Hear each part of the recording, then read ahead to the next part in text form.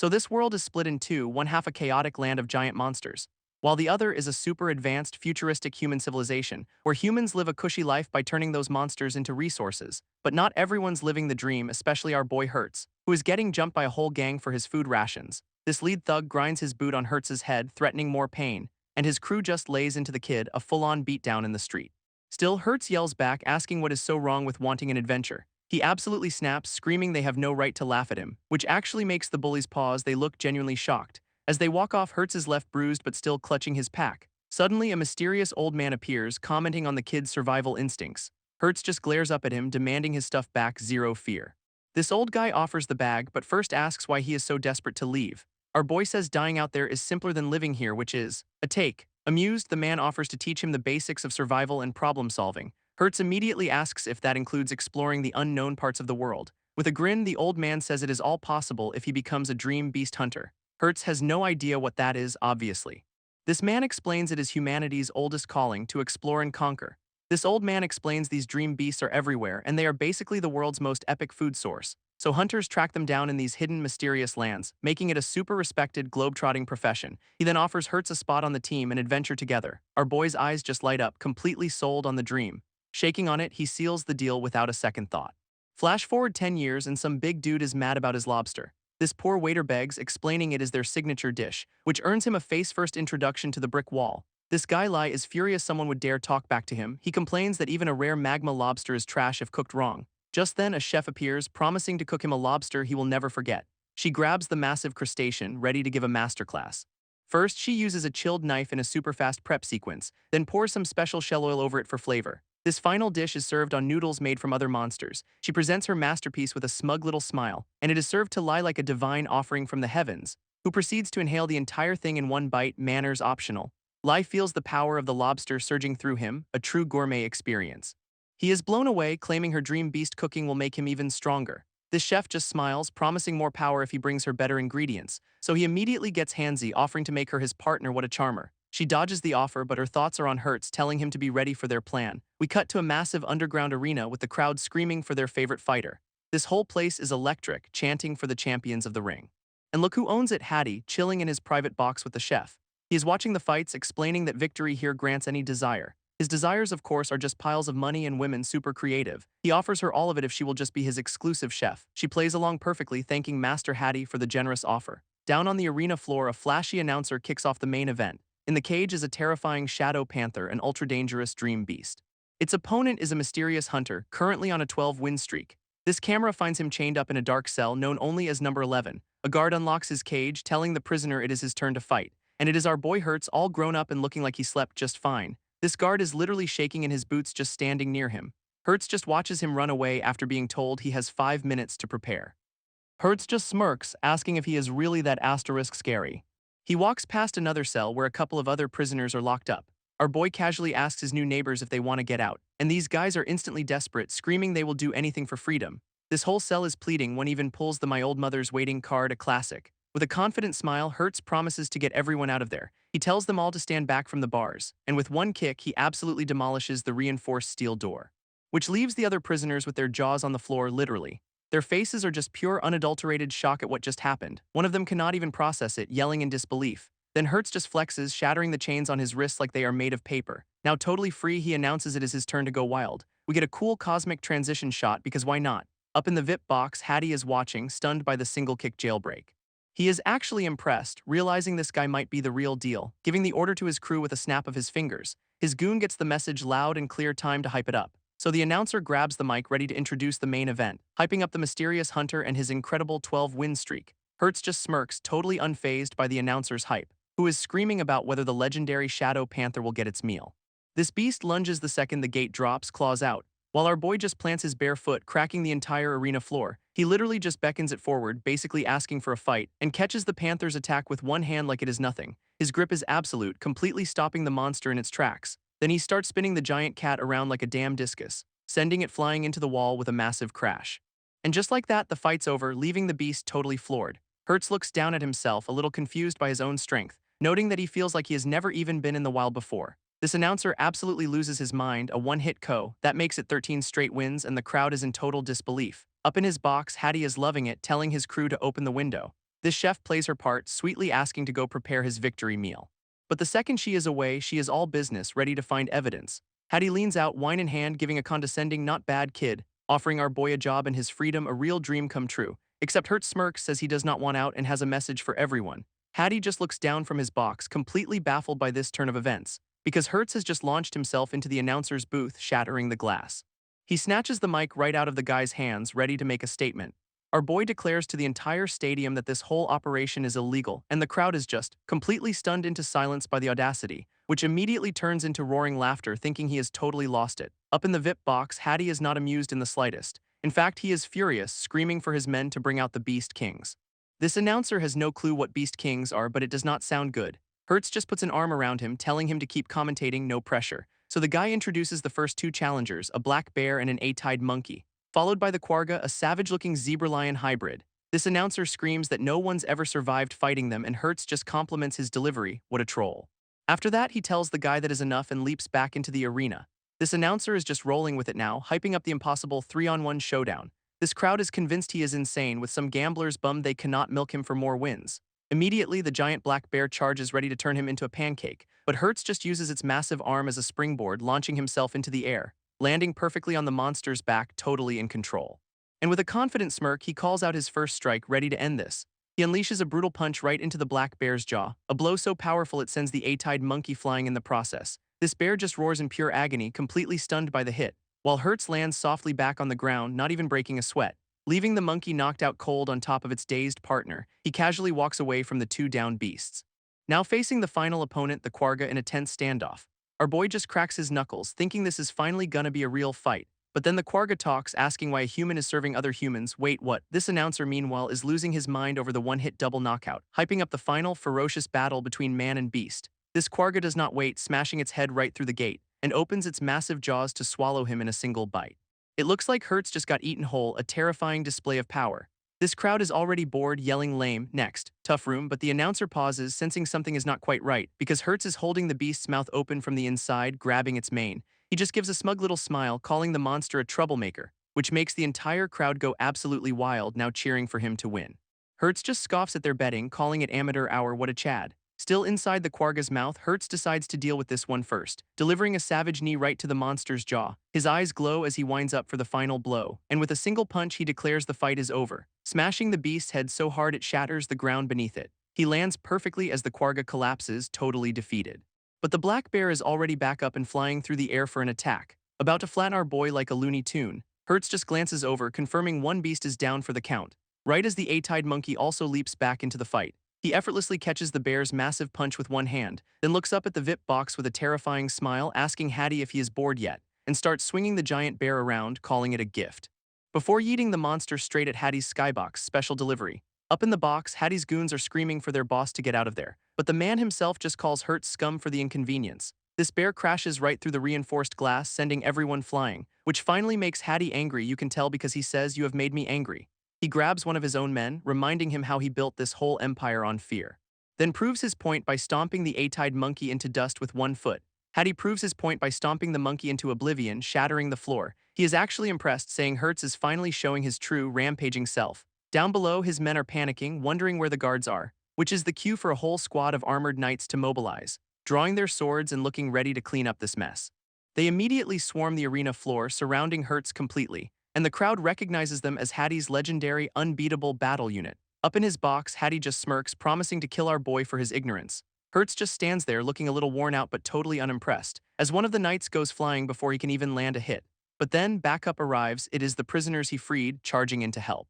A sight that leaves Hertz genuinely surprised and one guard totally exasperated. His new allies jump right into the fight, telling him they owe him their lives, which officially turns this into a full-blown riot, with the crowd mocking Hattie's incompetence. This, of course, makes the big boss absolutely livid, vowing to kill every last one of them. So Hertz decides it is time to go out with a bang, launching himself straight at Hattie to end this personally. He lands a brutal punch right into the man's stomach, but Hattie does not even flinch, just looking down in mild surprise, before breaking into a terrifyingly confident grin. Hattie just grabs the punch with one hand, zero effort, and our boy spits up blood, completely shocked it did not work, before getting absolutely slammed into the ground with a massive crash. This big boss just calls him a little brat, totally unimpressed. Then gives a whole speech about becoming king over his corpse, classic villain. He winds up for the final blow, screaming for him to die. But Hertz blocks the massive fist with his foot, refusing to go down, planting a solid kick right across Hattie's face. Our boy's eyes are practically glowing with defiance, and he uses the opening to flip the giant man over his shoulder, smashing him into the floor with a devastating impact. This shockwave is so intense it blows a hole straight through the ceiling, sending debris and dust flying absolutely everywhere. Yet Hattie just stands up, asking if that is all he has got, not even a scratch. Hertz, meanwhile, is coughing up a ton of blood, looking wrecked, admitting to himself that this guy is a monster he just cannot beat. But then he looks down, noticing something on his chest, seeing some kind of golden liquid in total disbelief. At the same time, Hattie starts powering up with a massive blue aura, only to realize that Hertz has completely disappeared. Hattie looks down from the rubble, completely baffled as to where Hertz went, because he just reappeared for a sucker punch, screaming that he has figured it out, and this hit sends the big boss crashing straight through the floor. Our boy stands there, smugly explaining that Hattie's defense is a total sham. From the crater, Hattie cannot believe his impenetrable defense was actually broken. Hertz just calls it a cheap trick, holding up the golden liquid from before, revealing Hattie's power is just secreting a super slick fat to deflect attacks. His counter was a simple 1-2 punch, with the first blow knocking off the oil, so the second strike could land clean on the same spot without any deflection. Hattie absolutely refuses to accept this, vowing he has one last resort. But as he tries to make a run for it, Hertz is right on his tail, leaving the big boss screaming in terror for him to stay away. Oh, the irony. Elsewhere, a woman in a chef's outfit stands before some very fancy doors, and she's got a look that says she's here to cause problems. Inside, a head chef is lecturing his staff that their lives depend on making Hattie's dinner perfectly, which is when the woman walks in, announcing she is taking over because they are all trash. This kitchen crew is understandably not thrilled to hear this, but she just doubles down, flexing that she is the youngest second-class chef ever. Her new coworkers are absolutely fuming, telling her not to get cocky, so she just threatens them with their boss's wrath if his meal is delayed. This chef just barges in, telling everyone to make way. Turns out she is undercover, hunting for evidence for the chairman, but her search for rare ingredients is coming up totally empty. Until a strange sound makes her stop cold in her tracks, leading her to find water droplets leaking from behind a shelf. She immediately realizes there's a hidden room back there and starts shoving the whole heavy unit out of the way, revealing a secret door, classic villain lair design 101. This lock looks laughably simple to her, not even a challenge, and she whips out some tools to get right to work. With a simple click, the door is open in seconds. Her eyes go wide, though, at what she finds inside. Peering into the darkness, she knows she has hit the jackpot, because inside is a caged dream beast, a rare sad Baku. This discovery makes her furious, seeing them hunted to extinction, but she rushes to its side only to find the poor thing is already dead. Now she is absolutely seething, disgusted by their cruelty. Promising the dead creature she will get justice for it, she vows to bring down every single illegal hunter. And with her proof secured, she heads off to report to the chairman. She is on her way out, cleaver in hand and ready for a fight, but her exit is blocked by a man on a scooter, business on top, party on the bottom. This chef dives for cover, demanding to know who this weirdo is, and he introduces himself as Hattie's head chef, blaming her for the boss skipping dinner. Peeking over the counter, she offers a simple diagnosis: maybe his cooking is just bad.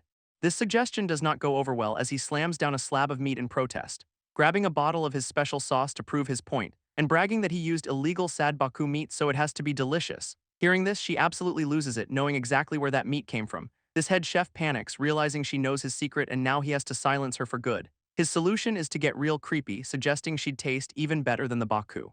An offer she shuts down with a look of pure disgust. Hard pass. Undeterred, he charges forward, screaming about making her his next dish, so she is forced to dodge a wild swing from his cleaver. This blade slices her hat clean off her head, a critical error. He gets behind her, sneering that she is no real chef, but she does not even flinch, just stands there looking annoyed. With glowing eyes, she explains that messing with a chef's hat is a capital offense. To prove her point, she summons a massive weapon called the Black Buster, a gift from her dream beast partner, she says, perfect for a finishing blow. Her cleaver clatters to the floor, knocked from her hand, and the head chef immediately folds, offering her the kitchen and all its ingredients. She just scoffs that anyone who disrespects ingredients is not a real chef, before punching him so hard his ridiculous wig goes flying. Now she is left with the rare ingredient, a giant pulsating meat blob. This code chef mumbles about not wasting it, a true professional to the end. Despite her disgust, she sits down with a fork and knife, looking very unsure, telling herself she is just checking the flavor, a likely story. This fork brings a small piece to her lips, and she immediately regrets all her life choices because it is absolutely vile. But then she feels a surge of energy being absorbed, just as a loud crash echoes from the doorway behind her. Startled, she looks up with a mouthful of gross food, wondering what now. It is Hertz, fresh from his beatdown and screaming for something to eat. He freezes, spotting her and the questionable meal on the table. Without a word, he shoves her out of the way, making a beeline for the food, and starts devouring the gross meat like a man possessed. From the floor, she notices he is covered in serious wounds, her eyes going wide as she puts two and two together, because as he eats, all of his injuries are rapidly healing. Hertz realizes his wounds are healing as he chows down on the mystery meat, and not only that, he is somehow getting slimmer while eating it. It tastes like absolute garbage, but he can feel the power surging through him. Now totally transformed, he asks the chef if this was her cooking, and she is just beaming. Just then, a white-haired guy crashes the party, calling her Rihanna perfect timing dude. He immediately asks if she got the proof on Hattie's illegal Dream Beast collection, for which Rihanna just smacks him with a pan for being a complete idiot. She tries to play it off to Hertz, asking if he'd believe they're total strangers. Hertz is not buying it, slamming his hand down on the table, before flipping the whole thing, screaming he is going to turn them into mincemeat. This new guy just smirks that Hertz is pissed, while Rihanna tells him to shut up and run. Both of them dive for cover as Hertz unleashes his newfound power. Our boy thanks them for reminding him of his rampaging days, vowing to kill them for it. Rihanna yells for her supposed protector to do his job, but he is like, yeah, probably cannot. With a roar, Hertz throws a punch meant to end it all, only for the white-haired guy to block it dead in its tracks. He catches the fist, admitting Hertz is strong with a smug little grin, but follows up with a lightning-fast kick, declaring he will not lose, catching Hertz completely off guard as the foot connects with his face. Then he flips Hertz over, mocking that his big attack felt more like a massage. This white-haired guy gloats that Hertz should be grateful for the lesson, before landing a brutal kick right across his face. Our boy hits the floor, completely outmatched for the moment. And the two just trade some classic all-bark, no-bite smack talk. Elsewhere, a maid peeks in, thinking Hattie is dominating Hertz, which means she needs to cook up a power-up dish and fast. With Hattie guarding the hall, the sealed room is a no-go, so she decides to just make her own door instead. Out comes the black hammer, ready for some serious remodeling, and she swings it with everything she has got, smashing a giant hole straight through the wall. She coughs through the dust, mission accomplished, revealing another caged dream beast just as she'd suspected. Looking at the poor creature, she vows to avenge it, asking for its strength as she prepares for some grim work. With a heavy heart, she starts slicing up the meat, arranging the pieces with professional precision. Next, the slices get seared over a blazing hot fire, followed by a dash of her own special seasoning, and finally strained into a bottle, creating a glowing elixir. Hertz gets absolutely launched through the trees. Even on the ground, he admits his opponent is strong, but he cannot lose. But then a strange scent hits him, catching his attention. This smell is so amazing it is already making him feel stronger. And just in time, the maid arrives with his power-up smoothie, tossing him the bottle that will let him one-punch Hattie. This elixir is caught midair, but it is the white-haired guy who snags it, looking unimpressed. Both Hertz and the maid have a collective oh crap moment. While the smug dude admits it smells pretty good and decides to try it, he takes a big swig, not a care in the world, and immediately starts breathing fire. His taste buds just got nuked. This maid just smirks, revealing that was a decoy made of pure chili peppers. With the enemy distracted, she tosses the real potion to Hertz, who catches it with a confident grin. He pops the cork without a second's hesitation and starts chugging the good stuff down, his face lighting up because it is actually delicious. He feels a wave of freedom and power wash over him, as pure energy starts crackling across his back. This power-up rips right through his shirt, and Hertz realizes that Crazy Smoothie just boosted his dream power to stage 2. Now rocking a full head of white hair, he is ready for some serious payback. But his fight is interrupted by some red-headed guy in a pinstripe suit looking absolutely livid. He is throwing a full-blown tantrum about how he worked so hard but Hertz got the level up. From the sidelines, a new blonde observer is impressed, noting he is already a level 2 at his age. We get a quick lore drop on Dream Power. Level 1 is tough, 2 is poison, and 3 is legendary. This red-haired guy does not care, charging in to protect everything he has built. Hertz just casually shatters his weapon, asking what exactly he worked hard on. Before roasting the guy for sitting on his butt for 10 years, that is not exactly a grind. This hits a nerve, with the guy screaming that Hertz could not possibly understand his struggle. But Hertz just drops some wisdom about how people who abandon their dreams have no future. He then gets real personal, asking Hattie what his dream even is anymore. Hattie is completely stunned by the question, totally lost for words, and we flash back to two young adventurers approaching a massive mountain range. A younger, happier Hattie and his friend, once full of hope and ready to achieve their goal. In the present, Hattie clenches his fist, whispering his friend's name, Vian. This memory turns sour as he tells a shocked Vian this is as far as he goes. Vian desperately reminds him of their promise to find a rare dream beast and prove everyone wrong. But Hattie reveals the cold truth. People do not look down on them because they are weak. It is because they are poor, he says, so they will always be losers no matter what. But Vian just asks why they need anyone's approval when exploring is its own reward, which makes Hattie snap, screaming that a dream is meaningless without success. And in that moment, he decides power and money are the only real paths forward. Vian can only watch, heartbroken, as his friend walks away from their promise, but he shouts that he will make it to the top no matter what, vowing to explore the world and prove his own worth without him. As Hattie leaves, he wishes his friend well, asking him to carry their dream for them both. Back in the present, Hattie admits he gave up everything to be corrupted by greed, so now he is just doubling down, powering up to chase money and influence. Hertz just schools him that dream power is a miracle that does not care about his bank account, and this little therapy session makes Hattie absolutely lose his mind. He unleashes a storm of fireballs, yelling that being level 2 means nothing if you're dead, while our boy just effortlessly dodges the entire attack. landing against a rock with a look of pure, unadulterated boredom. Hertz does note, however, that Hattie is suddenly a whole lot stronger than before, which has Hattie getting cocky, claiming his next attack is unblockable. He charges up a final blast, promising a big, flashy cremation, only to notice someone standing right behind him, completely killing the mood. It is the blonde maid, just laughing awkwardly and telling them to please not mind her. Hattie decides the maid knows too much, pulling the classic "cannot let you live" card. Then he flicks a little energy blast right at her face, and she summons a massive shield, screaming for someone named Kuro to help. But the attack just sails right through a hole in the middle of it. With the blast about to connect, she thinks of Hertz one last time, when suddenly our boy himself swoops in for a dramatic last-second rescue. She opens her eyes, completely stunned to be safe in his arms, while Hertz just gives her a calm, reassuring look. For a split second, it is a genuinely sweet moment between them, right before she starts throttling him for being late. So much for the romance. Across the way, Hattie is absolutely fuming at this little reunion, yelling at them to stop flirting as he launches a much bigger attack. A whole barrage of fireballs comes screaming toward the rooftop, and the maid is panicking, but Hertz just calmly tells her to trust him. He is still holding her as she asks what the heck he is planning, and his plan is to just throw her straight up into the sky. Down on the ground, Hertz casually rubs his neck, apologizing for the unconventional save, promising he will make it up to her as the attack closes in. His eyes narrow, getting deadly serious now that she is out of the way. Finally facing Hattie and telling him sorry for the wait, the real fight starts now. Hattie is in total disbelief that Hertz dodged his entire barrage, but our boy just grins, revealing he learned a new trick mid-fight, and immediately slams a fist right into Hattie's chest, this impact absolutely leveling what is left of the rooftop. Down in the rubble, Hattie coughs that the punch literally scrambled his organs. Yet he still tries to play it cool, offering to share one last secret. Hertz is obviously suspicious, calling out the classic "it is a trap" line, and right on cue the ground erupts around him with a trap, summoning a massive cage that slams shut, trapping him instantly. Our boy has a moment of pure regret, realizing he walked right into that one. From the outside, Hattie gloats, asking if he really thought there was not a backup plan, revealing this cage is made of special monster bones, totally unbreakable for a level 2. Hertz tries to bluff, yelling that the guards are coming to bust them, but Hattie just gets in his face and says, "Nope, they are not," because in the distance a massive explosion rocks the entire arena, and Hattie grins, admitting he planted bombs everywhere to kill all the witnesses. A truly efficient, if completely psychotic, way to cover your tracks. Enraged, Hertz screams that he is not getting away with this, and starts trying to rip the cage apart with his bare hands, only to stop dead, looking completely baffled by something. Hertz stops trying to break the bars, noticing the floor is just cheap, regular stone, which makes Hattie blame the contractors for shoddy work before launching another attack, sending a volley of fireballs raining down on the cage. Our boy just smirks, taunting that Hattie's little tantrum is not what is going to break this cage, and this comeback just makes the guy absolutely furious, so he switches targets, threatening to take out the maid while she is still floating down, firing a blast right at her while Hertz is forced to watch helpless. With everything on the line, Hertz puts his back into it, trying to bust out, and instead just rips the entire cage, floor and all, straight into the air.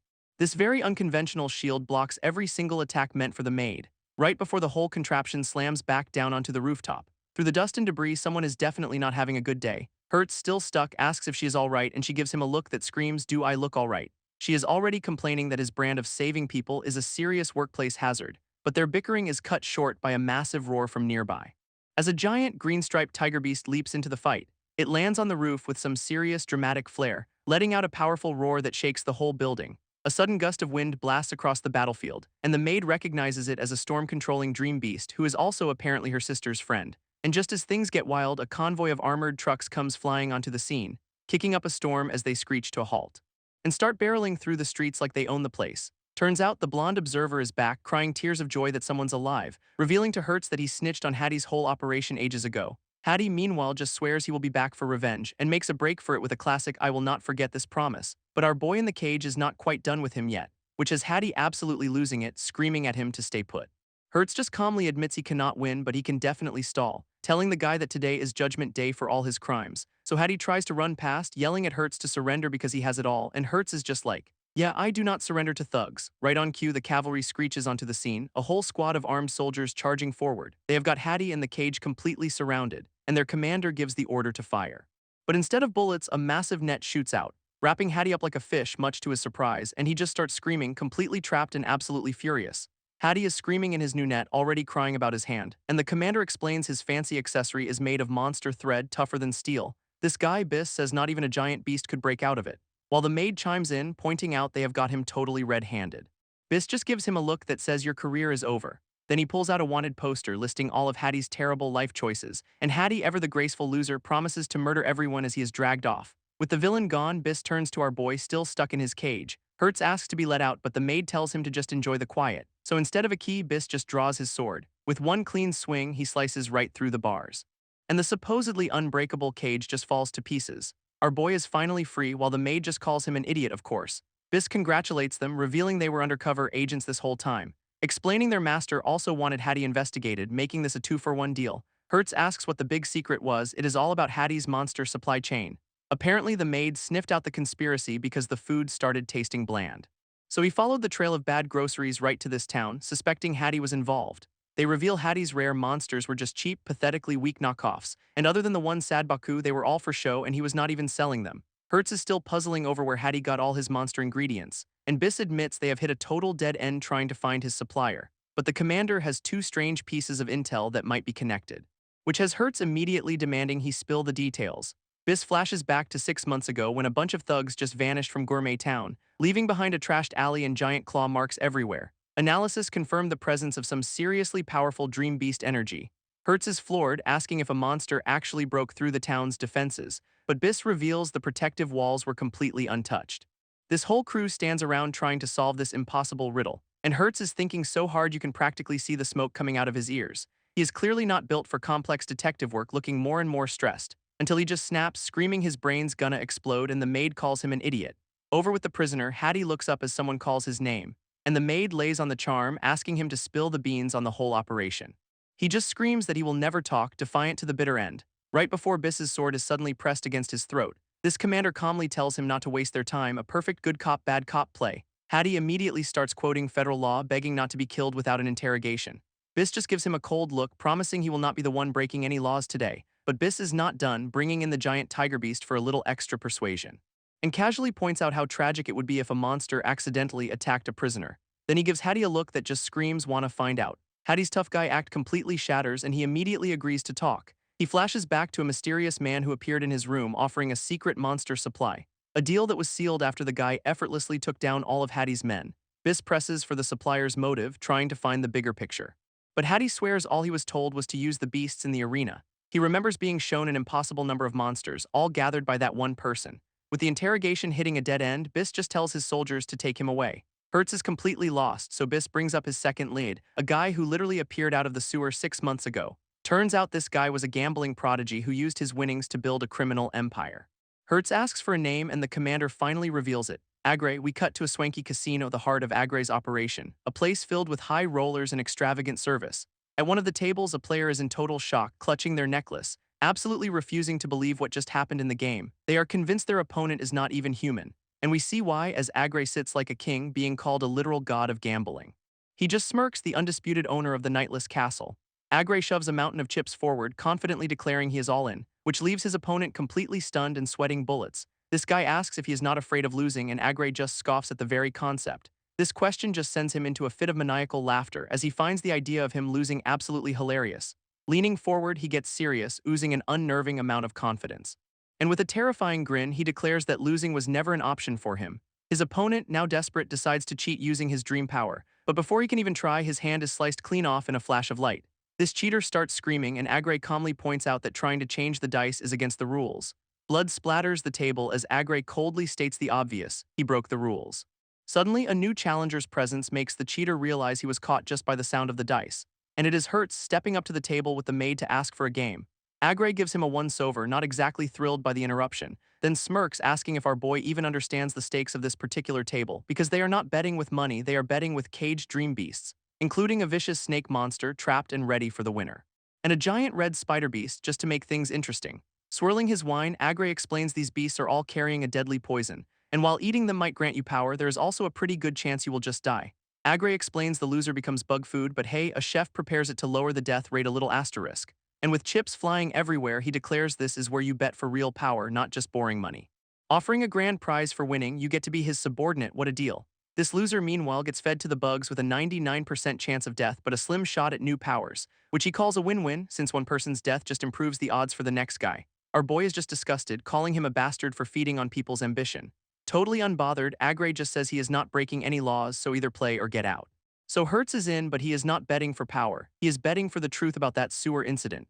He throws the challenge right back with a confident smirk, asking if he is in, and Agre's not impressed, sneering that he cannot stand guys who have zero chance against him. To humor him, Agre lets him choose the game and Hertz immediately picks poker. This bunny girl dealer looks on as Agre shows off his card handling skills. And Agre accepts, totally unimpressed by our boy's confidence but ready to play.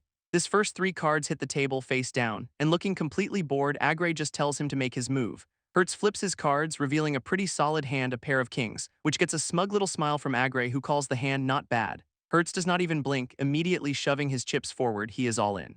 That move actually surprises Agre, who asks if our boy even knows the rules for betting. But Hertz just grins, saying he is settling this in one go to put the god of gambling on the spot. Agre decides our boy needs a live demo of the casino's retirement plan, so his guards drag out the poor soul who just lost his hand. This guy is screaming his head off, not a fan of the customer service, as they shove him right up against a cage with a giant scorpion beast.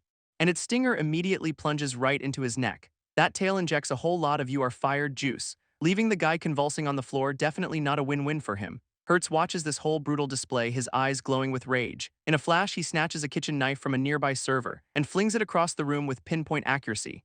This blade pins the scorpion's tail to the cage while the server mourns her lost cutlery. With the guy saved for a second, the maid tells Hertz she will handle the rest because he is next. She pulls out a mysterious vial from a very secure location, then jabs the antidote right into the dying man's neck. A golden light erupts as the poison is instantly neutralized, stunning the entire crowd. Everyone just stares, completely silent at the sudden turn of events. This dead guy sits up, looking at his hands like he cannot believe he is still breathing. Turns out the maid used a super rare Baku concentrate that not only purges poison but unlocks potential. Hertz just grins at Agre, pointing out that since the guy's alive, no rules were broken. Agre is actually amused, calling him a big spender before coolly reminding him it is his turn now. Hertz matches the bet, going all in with a confident look. But the cards are down. Hertz's kings lose to Agre's aces. Agre soaks in the praise, telling our boy to be a good little prey now, even offering to pick out a nice burial spot. What a gentleman. With a quiet "my bad," Hertz pulls something from behind his ear, revealing a single chip. He smirks that he had 1 card left. Agre scoffs at the bluff, telling him to just give up and get eaten. But our boy is not backing down, coolly telling him to bring it on. In the next hand, Hertz's pair of 10s beats Agre's 8s, and the dealer declares Hertz the winner, shocking the room. Trying to save face, Agre claims he let him win out of pity. Then Hertz wins again and again and again, just wiping the floor with him. His cards just keep falling his way as he completely dominates the table, leaving onlookers stunned that the so-called god is being cornered. Hertz just leans back, cool as ever, saying Lady Luck is on his side, which sends Agre into a rage, screaming that Hertz must be cheating. To which our boy just gives a sly look, asking who the real cheater is. Turns out Agre's been using a web of dream power to read the whole room, giving him a direct line into everyone's thoughts and intentions. This crowd finally gets it. He is not a god, he is just a massive fraud. Hertz points right at him, calling out the so-called god as the king of cheating, and Agre completely loses it, screaming that his success is from pure skill. But our boy explains he threw the first round just to figure out his mind-reading trick, then taunts him to go ahead and win now that his little secret is out. Having a complete meltdown, Agre just orders the doors sealed, and his goons immediately block the exit, swords drawn and ready. These guys look way too happy about the prospect of some violence. Agre smirks, asking if he hit a nerve, but Hertz says he just had a realization, which is Agre's brilliant plan to kill everyone and stage a fire, leaving him the sole survivor. This bunny girl dealer looks to Hertz, nervously asking if he can actually win this, and he reveals he was bluffing with a trash hand. Agre just got played. This sends the casino owner into a full-blown tantrum, smashing the table, before launching himself forward, screaming that he is going to kill them all. Hertz immediately pulls the dealer behind him, shielding her from the attack. He tells her to handle the small fry because he has got Agre covered. So she leaps into action, unleashing some kind of stretching snake attack, her projectiles flying out to make sure no one interferes with Hertz's fight. Agre's well-dressed goons are immediately overwhelmed, getting totally wrecked, which just makes him angrier, vowing to kill both Hertz and the woman himself. With that, Hertz lunges forward to meet him, catching the god completely by surprise. Agre dodges a knife throw, sending cards flying everywhere. But Hertz lands with a smirk, ready for round 2, immediately following up with a brutal kick that Agre barely blocks. This so-called god is shocked, realizing Hertz is reading his every move, so he taunts him, asking if he has got enough blood to spare for this fight. Hertz just scoffs, saying his little card tricks are useless now, which sends Agre into a tantrum, unleashing a full-blown cardnado, and the paper blades actually slice right into Hertz's body. But Agre is stunned to see our boy is still standing, because the kid is literally using his muscles to catch the cards like armor. Realizing he is completely outmatched, Agre decides it is time for a tactical retreat, but Hertz is already on him, grabbing his arm with a bloody hand. With a terrifying grin, Hertz asks if the god saw that coming, and the next thing we see is Agre's face completely rearranged.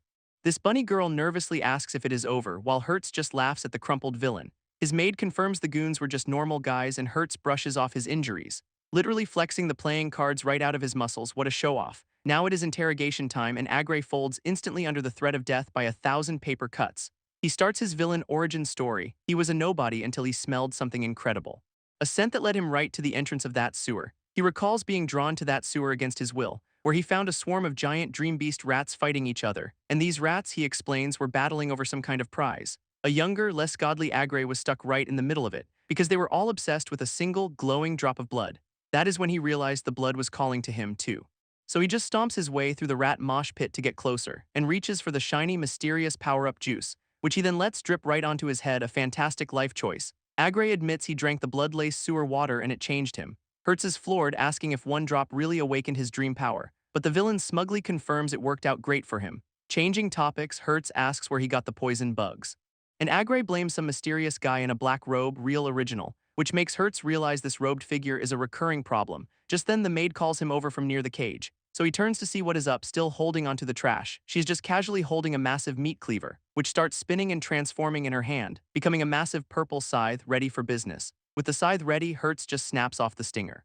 Then takes a big whiff, a move that concerns everyone, before just straight up licking the giant poison gland. And he declares it is delicious, tasting exactly like poisoned scorpion. He tells the maid it is a great training laxative, for fun. She is stunned it is a real poison scorpion, and Agre points out its massive size. As a chef, the maid explains that she knows this one is different, and Hertz spots a weird flower-like pattern on its claw, leading her to conclude it is an artificial, crossbred dream beast. At that moment, Agre recognizes the smell from the sewer, so Hertz gets right in his face, demanding to know if he is sure. This maid decides they have to investigate the sewers for secrets.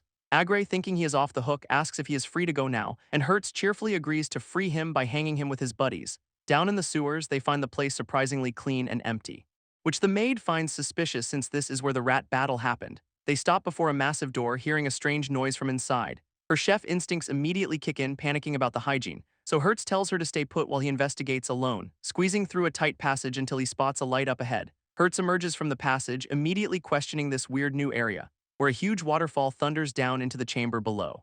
And right in the middle sits a weirdly buff, contemplative rat statue. A whole setup way too grand for a sewer, dwarfing both him and the maid. Our boy quickly realizes this is definitely not your average plumbing system. Then he catches a whiff of something interesting on the air. A sweet smell is coming directly from that glowing sewer water. He is a little hesitant to dive in because hygiene, but his maid is already rocking a full hazmat suit, totally prepared. So he lays on the charm, asking to borrow her serpent for the dive. What a weirdo, with a dramatic transform. A red serpent-like thing wraps around his body, coiling up his legs and shifting colors as it forms his new gear. And just like that, Hertz is rocking a custom diving suit, fishbowl helmet and all. Now fully equipped, he is ready to get out of the filthy area and into the filthy water, plunging right into the depths without a second thought. Underwater, however, something immediately catches his attention. He spots a massive cage chained to the bottom, surrounded by fish. Inside is a giant, glowing, and very much still beating heart, leaving Hertz completely floored, wondering what the hell is going on. Just then, a rat swims right up to the cage, seemingly drawn to the heart's energy, and the rat just starts chowing down on the giant heart because why not? Its teeth tearing right into the flesh, spilling blood everywhere, leaving the whole thing looking like a very questionable buffet. Hertz is just disgusted, wondering if these things ever stop eating, and he stares at the bloody mess, completely unimpressed with the hygiene. Swimming closer to see the whole ecosystem is getting in on the meal. Even the tiny fish are swarming the cage for a taste. Suddenly, the heart pulses with a weird purple energy, leaving our boy totally confused by this bizarre sewer spectacle. A single drop of blood floats up and out of the cage, and he realizes it is not dissolving, deciding to take it for analysis. So he casually bottles the mystery juice, ever the scientist. But his moment of discovery is cut short by a sudden sense of danger, and up on the surface the maid feels it too. As a swarm of bat-like creatures pours out of the waterfall, she is immediately swarmed, crying out as they attack. This creature's diving straight into the water below. Hertz sees them coming, telling the bats to get out of his way, before rocketing out of the water and grabbing his maid to shield her.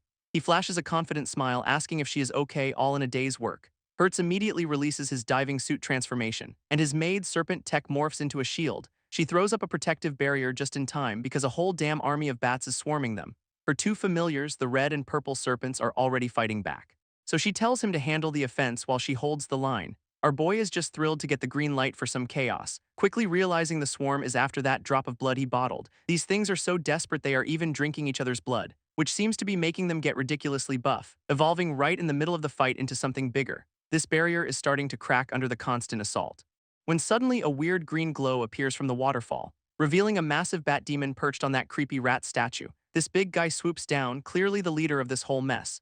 His maid recognizes it as a creature that is powered up immensely, and Hertz figures it is either cannibalism or the magic blood juice. Either way, he is more than ready to throw down with the new boss, as the monster dives right at him, claws out, and ready to shred. But Hertz just grins, eager to test its new power level. This giant bat demon dives straight down for a ground-shattering attack, but Hertz easily dodges, letting the monster slam into the empty ground, instantly appearing behind it, poised for the final blow. With his eyes glowing red, he stares down the now terrified beast, reaching out with one hand to deliver the finishing touch, and just unceremoniously stomps the boss into a puddle. Problem solved. A little while later, they are casually strolling out of the sewer's exit. His maid, looking smug, asks if he managed to find anything useful. So Hertz explains the whole deal with the caged heart and its power-up blood. He thinks back on the fight, realizing the bat was all bark and no bite, calling it a weak, hollow copy of the real monsters from some beast arena. Then he casually suggests they should just steal the heart and go on a trip, a great plan. Ultimately, they decide to just leave this whole mess for the chairman to clean up, and Hertz is absolutely thrilled to be giving his boss more work. After a quick tangent about his dream to explore, he is back to business. Let us get that heart. They arrive in some new, ridiculously grand and gloomy chamber, only to find a massive, armored demon knight standing guard. Hertz is immediately pissed, complaining this is an unlucky day that ruins his plan. And the new guy politely asks if they could just pretend they saw nothing and leave. If not, he clarifies he will just have to kill them right here, so much for a clean getaway. This armored guard says they know too much to leave now, getting into a fighting stance, and he makes it very clear they are going to die right here, so much for being polite. Hertz is just shocked it can talk, but the maid identifies it as a chase rat, which is apparently a dream beast speaking under hypnosis, because rats are just that gullible. So this thing thinks it is a human guard, and its whole mission is to protect that heart, leaving our boy wondering what the hell is so special about this particular organ. With a crack of his knuckles, Hertz decides the warm-up is officially over, while the rat knight powers up, promising to make them disappear for good. But Hertz is completely unimpressed, calling it out for being just a rat. Then he throws a massive, glowing punch to end this quickly, only for the monster to block it with a surprise green energy blade, and the sheer force of the impact sends a shockwave across the chamber. His maid is stunned by its speed, but Hertz explains the hypnosis is boosting its power, and she realizes it is literally burning through its own lifespan for this fight. Their new plan is simple, just drag out the fight until the poor thing collapses. This chase rat is actually impressed she knows about such a minor dream beast, but it still boasts it can kill them long before its body gives out. To prove its point, the monster stomps the ground, shattering the stone floor, then rips up a massive slab of rock to hurl right at Hertz, and our boy just stares back, completely unbothered by the incoming attack. Hertz just shatters the incoming rock with one hand, no problem, reducing that massive slab of stone to absolute dust, and sending the rat knight flying back from the sheer force of the impact. Our boy lands smoothly, not even breaking a sweat. Even the monster is impressed, complimenting his split-second strategy, but Hertz smirks, admitting he hates playing defense even if it is the smart move. This chase rat just scoffs, promising he will be the one losing today, then unleashes a massive energy slash that Hertz barely dodges, swinging a blade of pure green power across the entire chamber. This thing starts taunting him for running, asking where all that big talk went. Realizing a straight-up brawl will not work, the monster switches tactics. Apparently there are other, more creative ways to kill him, conjuring a single drop of nasty-looking green venom from its claw and flicking it into the water below, which immediately starts to curdle. A wave of toxic green sludge erupts, trapping Hertz completely, leaving him caught off guard, wondering what this new mess is. This rat knight explains it is a venom that can kill everything in the sewer, mocking his pathetic struggling and saying he should have just given up. Hertz feels his strength draining away, realizing he is in serious trouble. Just then his maid calls out his name, seeing him caught in the trap. His maid drops some kind of device on the ground to save him from the sludge, slamming a big red button and telling him to leave it to her.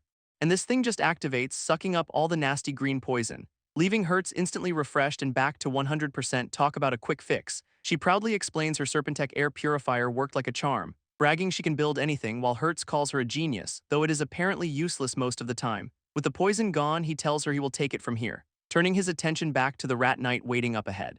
Then he just surfs a wave of pure energy straight towards the guy, launching a massive kick that gets blocked midair, because the monster just conjured a poison shield out of nowhere. This new defense completely tanks the hit, stopping Hertz cold, and it is literally made of the same toxic sludge from before, which even Hertz has to admit is a pretty slick move. This rat knight is impressed, he noticed, asking who the hell he is, before deciding it does not matter since he is dead either way. Suddenly, the monster floods the air with even more poison, overloading the maid's purifier, which is basically a fancy rice cooker, and she warns Hertz that her gadget is at its absolute limit, just as the rat knight lunges in for the killing blow. This rat knight starts charging a massive ball of pure poison energy, unleashing a giant green slash that carves through the chamber, but Hertz just meets it head-on with his own blast of blue power. And the two attacks detonate in a massive, chaotic explosion.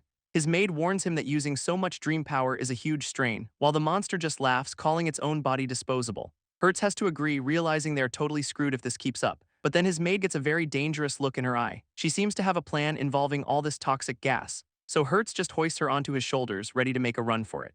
Now back in his formal wear, he asks if they can even make it to the exit, looking determined to carry them both to safety, but she tells him not to worry, pulling out a serpent lighter. She then flicks it on right in the middle of the highly flammable poison, and Hertz quite reasonably asks what she is possibly thinking. Her only answer is a smug smile and the word art, which is never a good sign. Immediately, the entire chamber erupts in a massive fireball, sending a huge pillar of flame roaring after them as they flee, and the sheer force of the blast sends them both flying through the air, leaving Hertz to eat dirt while she floats down gracefully with a parasol, the absolute nerve. His maid explains her brilliant strategy. The poison gas was flammable, so of course it exploded, and she is super proud of her fireproof umbrella, while Hertz is pissed she did not care if he survived.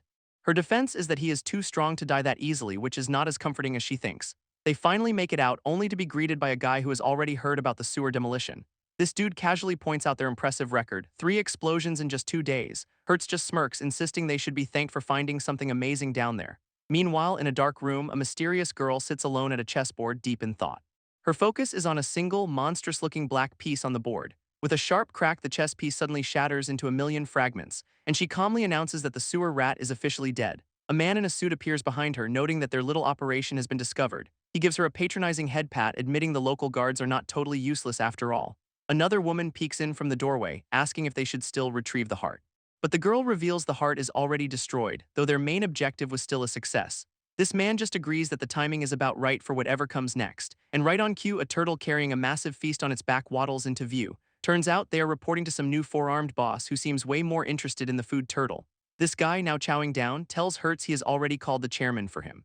While the maid offers to cook even more, Hertz is just inhaling everything in sight, all injuries forgotten. Then she finally remembers the whole explosion thing and asks if he is okay, a little late for that. Back in the escort unit, Hertz reveals a massive X-shaped scar on his back, but his maid is just shocked his wounds are already gone thanks to his appetite apparently. This two just chill on a couch, recovering from their near-death experience with a snack, when a hologram of the chairman pops in, asking about his gourmet mission, and Hertz immediately blames his maid for dragging him into this mess. He then casually explains the whole sewer explosion while double-fisting chicken legs, leading the chairman to deduce their enemy is old and powerful, and he asks Hertz if he has ever heard of the Dark Abyss. Our boy has no clue, wondering what this has to do with anything. So the chairman launches into a history lesson about ruthless dream beast poachers. A flashback shows how they used to hunt and capture the poor creatures, selling off every last part of them for profit, eggs, fur, bones, you name it. This poaching was so bad it drove over 100 species to extinction, prompting the chairman and the alliance leader to form a team to stop them, their one goal being to completely crush the Dark Abyss organization. But Hertz just interrupts to ask how old he is, earning a do not interrupt from the old man. Getting back on track, the chairman says this new enemy's methods are eerily similar, because while the Dark Abyss was destroyed back then, its leader got away.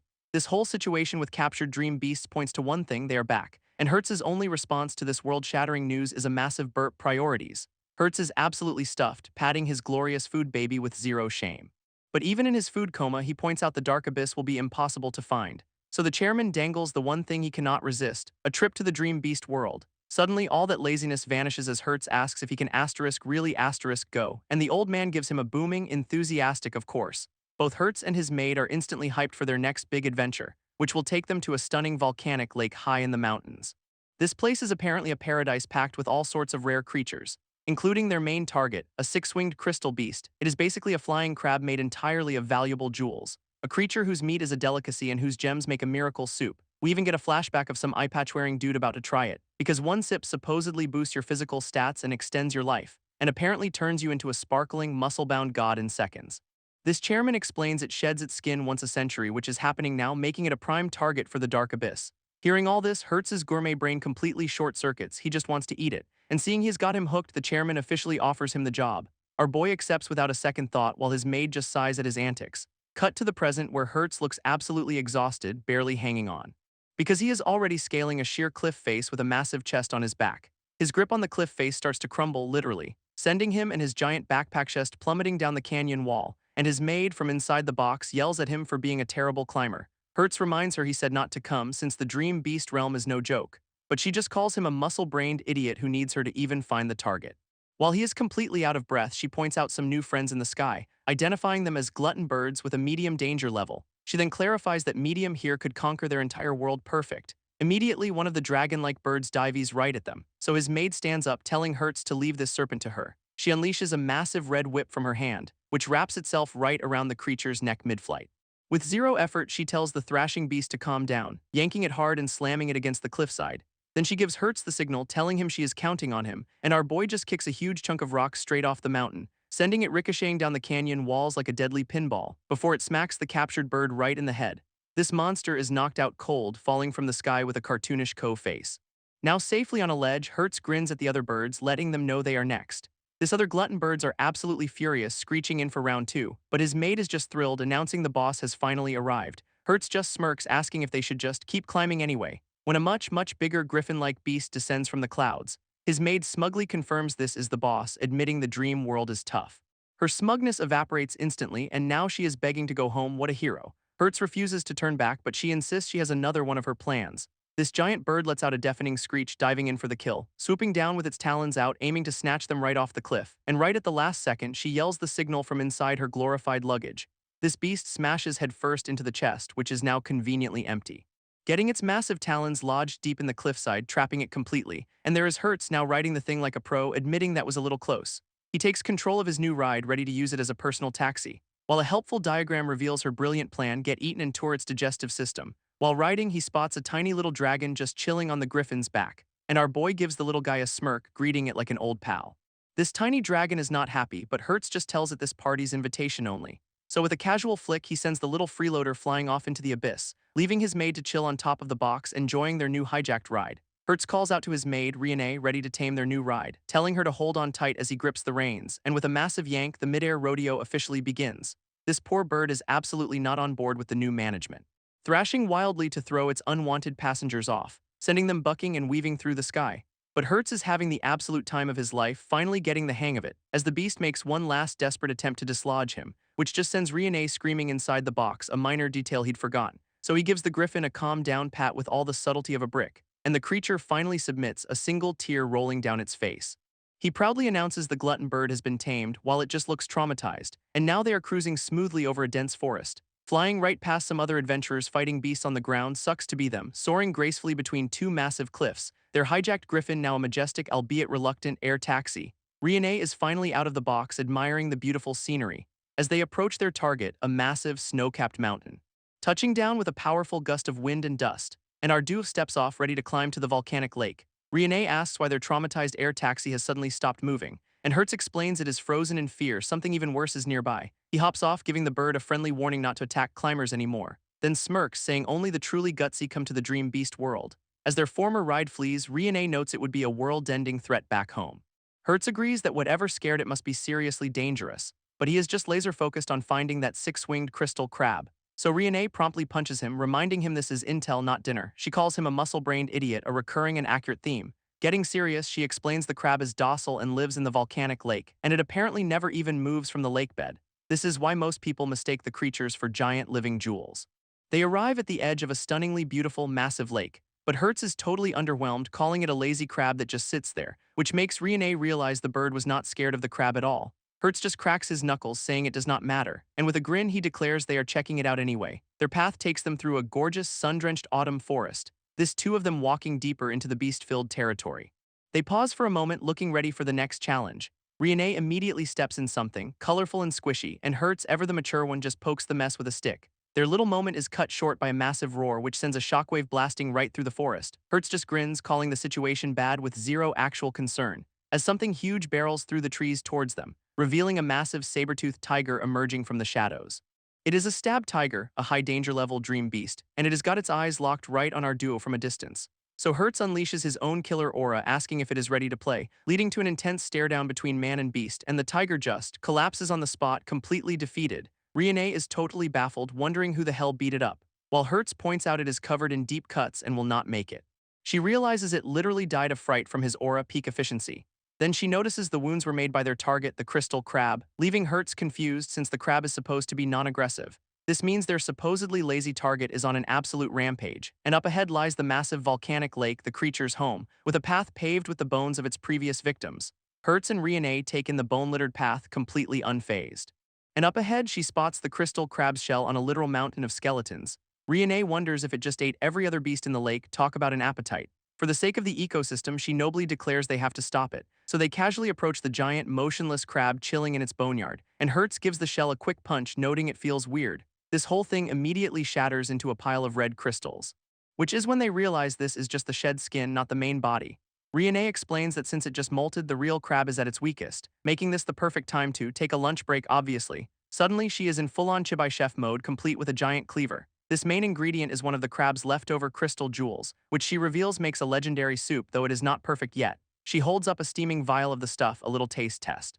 Hertz's heroic mission immediately pivots to "I wanna eat it." While Riene boasts that only a master chef can create this ultimate crab soup, our boy completely loses his mind, demanding she feed him right now. Down by the volcanic lake, they get ready for the main course, with Hertz already chugging the sample she gave him, and from the depths, a pair of googly eyes watches their every move. This ground cracks as they brace for whatever's coming out of that lake. And Hertz is already looking less than thrilled about this development. From the depths, a single, glowing ice stalk emerges from the water, revealing the actual crystal crab, and it is absolutely gigantic. Even our boy has to admit this thing is way bigger than advertised, and without any warning it brings a massive leg down to crush them, smashing the ground to bits as they leap out of the way. He is already sliding to avoid another massive swipe, barely managing to stay on his feet under the pressure. He yells out, wondering why the hell it is so focused on him, and Riene realizes it is not after him, it is after her legendary soup. Hertz just smirks, reminding her he was the one who threw the bait, which earns him a massive pincer to the face for his troubles. This hit sends him flying like a ragdoll, with Riene getting knocked back into the forest as well. She scrambles behind a tree, yelling for him to hang in there. While Hertz has landed inside the shed shell, looking totally relaxed, his main concern being that he did not spill his precious soup sample. Priorities, man. Standing up, he takes a look around the inside of the shell, feeling like something's off, when a tiny, one-eyed parasite pops out of the wall to say hello. This giant crab keeps trying to smash the shell, with Hertz just casually dodging inside, and he is literally taunting a kaiju from inside its old house. But he realizes the attacks are weirdly careful, not just brute force. So he ventures deeper into the shell's darkness to investigate, and at the very back he finally sees what the crab was protecting. It is a massive egg sitting on a fleshy pedestal, real cozy. This whole rampage was just an overprotective mom defending her kid, and he is totally in awe, wondering if a baby crystal crab is inside. Then he feels a strange pulse coming from the egg itself. And as he touches it, he makes a connection, suddenly getting a vision of the little crab inside. He is literally having a psychic chat with an unborn crab about its feelings. Meanwhile, a rat man spots a different crystal crab flying nearby, and he is already planning on how much his boss will pay for it. A new blonde adventurer watches, wondering what the crab is doing, as the rat man dives right into the water after his prize. This woman is completely stunned by what she is seeing unfold. While our rat man goes all in, thinking this is the last of its kind, he reaches out to grab it from below the surface, and somehow manages to lift the entire colossal beast out of the water. This blonde adventurer is absolutely floored by the crab's sheer size, while the rat man strains, holding the colossal beast over his head. He rips a crystal right off its back, recognizing the legendary soup ingredient, and immediately tosses it up, ready to chow down on the priceless artifact. But a staff snatches the jewel midair, leaving him completely stunned, because the blonde woman just yoinked it, refusing to let a rat have it. This rat man's eyes glow, asking if she is really that eager to die, and he lunges forward, claws ready to tear her apart. She just looks annoyed, yelling for Hertz to get out here and do something. At that moment, a sharp projectile shoots out from inside the crab's shell, and a new white-haired guy emerges, stopping the attack. He made a promise. He declares he will not let anyone hurt his partner, who is apparently the giant crab. This rat man is totally thrown by this sudden turn of events, but he gives the new guy props for his slick moves. Then the white-haired adventurer turns and calls out to the kaiju, tossing the stolen crystal back and telling it to catch. This crab actually catches the jewel with its pincer, looking almost grateful. This kid tries to form an alliance, pointing out the rat is their common enemy. Though the rat man scoffs, unimpressed by his new crab sidekick. This adventurer then asks if he is from Dark Abyss, saying his master knew he was coming. This white-haired adventurer asks the rat man why he was after that idiot, Leonia, but the rat man just says now that his form's been seen, the kid has to die. Our new hero is just disgusted, calling the rat unbearable and way too fat. So the rat man launches himself off the cliff, ready for a fight, and summons a massive ball of dark energy, a little gift to stop them from escaping. This energy expands into a giant purple net, trapping the whole area, and he gloats that it'll shrink until they are all dead. Classic villain monologue. This adventurer is not having any of it, sprinting right up the cliff to meet him, closing the distance in a flash to get right in the rat's face. He gets blocked by a lightning-fast tail whip, so the kid just grabs the tail mid-swing, ready to turn the tables, and absolutely slams the rat man into the ground. Landing on his feet, the rat man actually gives him props for his combat skills, while the adventurer lectures him, saying rats are strong but their skills are trash. To his surprise, the rat man just laughs, admitting he is basically right, but this body was built to handle a mere 1% of his true power. Then he vanishes in a blur, leaving the adventurer totally stunned. Our boy whips his head around, completely losing track of him. As the rat man dives down from above for a finishing blow, only for a shadow to pop up right behind him asking where he is looking. This adventurer is stunned by the Ratman's blinding speed, and he barely manages to block the follow-up strike, sliding back hard from the sheer force of the impact. This Ratman unleashes his special technique, the Evil Net, which immediately ensnares the adventurer in purple energy. As he struggles, Leonia screams for the real Hertz to get out here and help. His captor just gloats, pointing out the massive gap in their power. With the fight supposedly over, he turns to the crab for his main dish. He then asks the kid if he is really in that much of a hurry to die, but the adventurer just smirks, refusing to let him win. Grabbing the rat man's leg, a dark power begins to flare up around him, and the rat realizes he is trying to use dream power to break the net. Too bad, he says, because it is the end of the line, lunging in for the kill. Only for his punch to get caught mid-swing, our boy not done yet. In a flash, he is on the rat man's back, locking him in a hold. He admits he cannot win on speed, but up close he has an ultimate technique. And we cut to the actual Hertz shirtless and lifting a massive boulder, who then hurls the rock into the water with explosive force. He dives in right after it, unleashing a flurry of powerful strikes.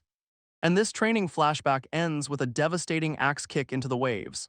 This training flashback ends with him literally splitting a mountain of water, and Hertz lands, catching his breath after that insane display. His master appears, giving him a not bad for 10 years of work. But when asked if he is ready for the Dream Beast world, Hertz knows he is not even close. So the old man offers to teach him a special survival technique, leading him away for the next phase of his education, which apparently involves a giant, caged wart boar with a medium danger level. And Hertz is understandably a little hesitant about fighting it. This master clarifies he just has to dodge, not attack, using the handrails. Then he just grabs our boy by the shirt like a misbehaving kitten and unceremoniously yeets him right into the enclosure. Hertz is furious, asking if the old man is actively trying to murder him. His master just lectures from the doorway about the one way to survive a dream beast, which is apparently to just strangle it. We get a quick visual of how well that works, not very. This point is to learn how to neutralize attacks without spinning the cage, a phrase that means absolutely nothing to Hertz right now. Our boy looks over at his master, who is just squatting outside the cage, before the old man jumps in and starts taunting the boar himself. He then leaps away, telling Hertz to copy him and use the rails to dodge, talk about hands-on training. This whole move was inspired by his master's unique training methods, and now our boy is putting that traumatic memory to good use. But the rat man just scoffs, thinking a simple chokehold is pathetic. With a furious roar, he tries to power his way out of the lock, unleashing a shockwave to shatter the adventurer's grip, and he is already gloating that the fight is over. Too bad this kid reveals it is a special technique with a personal twist. Because he is all about turning defense into a brutal offense, which apparently means yelling super spin and becoming a human tornado. He then launches them both sky-high, ready for a little crash test, and the giant crab lines up for a perfect home run swing, with Leonia just watching her new kaiju buddy get in on the action. That colossal pincer comes down with terrifying speed, as the spinning duo rocket towards a volcano in the distance. And the crab just bats them out of the sky like a gnat. Leonia is completely losing it, still screaming for the real Hertz to show up, while hiding behind a tree to watch the chaos from a safe distance. Both fighters come crashing down hard into a fiery forest, our boy admitting he is at his limit as the rat man struggles to break free. Just then, Leonia steps in, declaring it is finally time for her to use her power. Leonia finally unleashes her power, calling out her ultimate attack. And a massive energy beam erupts from her hands, catching the rat man completely off guard. Then we get a cute little fantasy of her scolding a bandaged Hertz for being reckless, insisting they have to get him patched up for a trip to Gourmet Street. Suddenly, their giant crab buddy looms over them from the trees, making them look absolutely tiny by comparison. Hertz is convinced they are both about to be crushed, but the crab just looks down, seemingly confused by their presence. She realizes it is actually trying to lead them somewhere, so as it turns to leave, she tells it to wait up. This kaiju just starts scaling down a cliff into a hidden canyon, bringing them to a secluded grotto they have never seen before. Peeking around a corner, Leonia is still trying to figure out what is going on, until she sees the crab in a stunning, sunlit cavern. Turns out, their giant crab friend was just trying to get back to its nest of eggs. Right as one of them starts to crack open, revealing a tiny crystal crab, freshly hatched and safe. Our boy is touched by the sight but admits he is about to collapse, and he promptly passes out, forcing Leonia to remember he is, critically injured. Leonia holds him close, realizing his heartbeat is fading fast, when suddenly the little baby crab crawls right onto his chest, and our boy looks surprisingly peaceful for a guy who is actively dying. Then the crab unleashes a blast of golden healing energy straight into him, which makes Leonia realize this thing is a walking, history-making medical miracle. Hertz wakes up, completely healed and looking very confused by all the sparkles, and he is instantly back on his feet, feeling better than ever. In fact, he is literally surging with so much power he is glowing, celebrating being alive by doing spontaneous gymnastics because of course he does. After calming down, he asks the little crab if it was the one who saved him, and thanks his tiny savior before saying he has gotta bounce. With a friendly toss, he sends the baby back to its kaiju mom, who looms over them, probably wondering what these tiny weirdos are doing. This giant crab then lowers a massive leg right in front of him, but it is just offering him a giant stack of its shed shell as a thank you gift. So now he's got a brand new, all-natural crab shell backpack. and he promises to visit again, waving goodbye to his new crustacean friends. So they head off with Hertz carrying their very generous parting gift. Leonia, meanwhile, is already drooling, imagining all the ways you could cook a giant shell, and she gets so hungry she just starts licking it right off his back, zero shame. Hertz suddenly stops in his tracks, sensing something big up ahead, and he points it out, the iron mammoth, this area's boss. There it is, a high mid-level dream beast just casually strolling by. It leaves a massive crater with a single step, having already caught up. But the colossal beast just keeps on walking, ignoring them completely. Our boy realizes it is heading straight for the Gourmet district, explaining that a beast this strong usually takes an entire army to beat. Leonia knows the district does not have that kind of firepower right now, which means something terrible must have happened there to wake this thing up.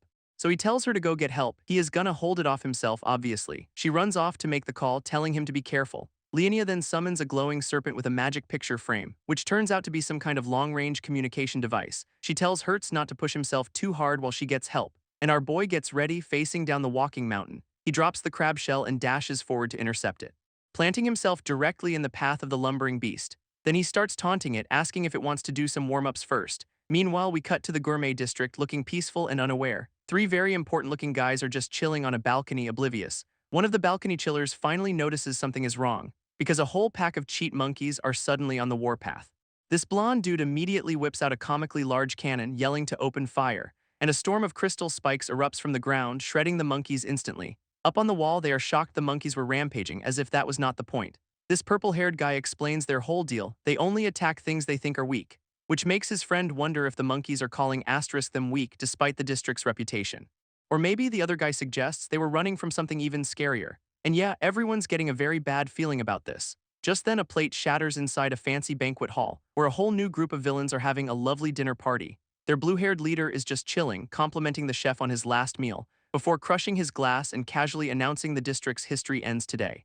He gets up with his crew, giving the classic villain "shall we begin" line, and with a single step the plan is in motion. He and a purple-haired subordinate share a look that just screams we are about to ruin everything. This new purple-haired guy unleashes a cloud of glowing pink pollen, which spreads across the entire district, and everyone on the street just collapses. Even the guards on the wall are hit, with one of them clutching his throat. And as he collapses, another one of the attackers appears, ready to finish the job.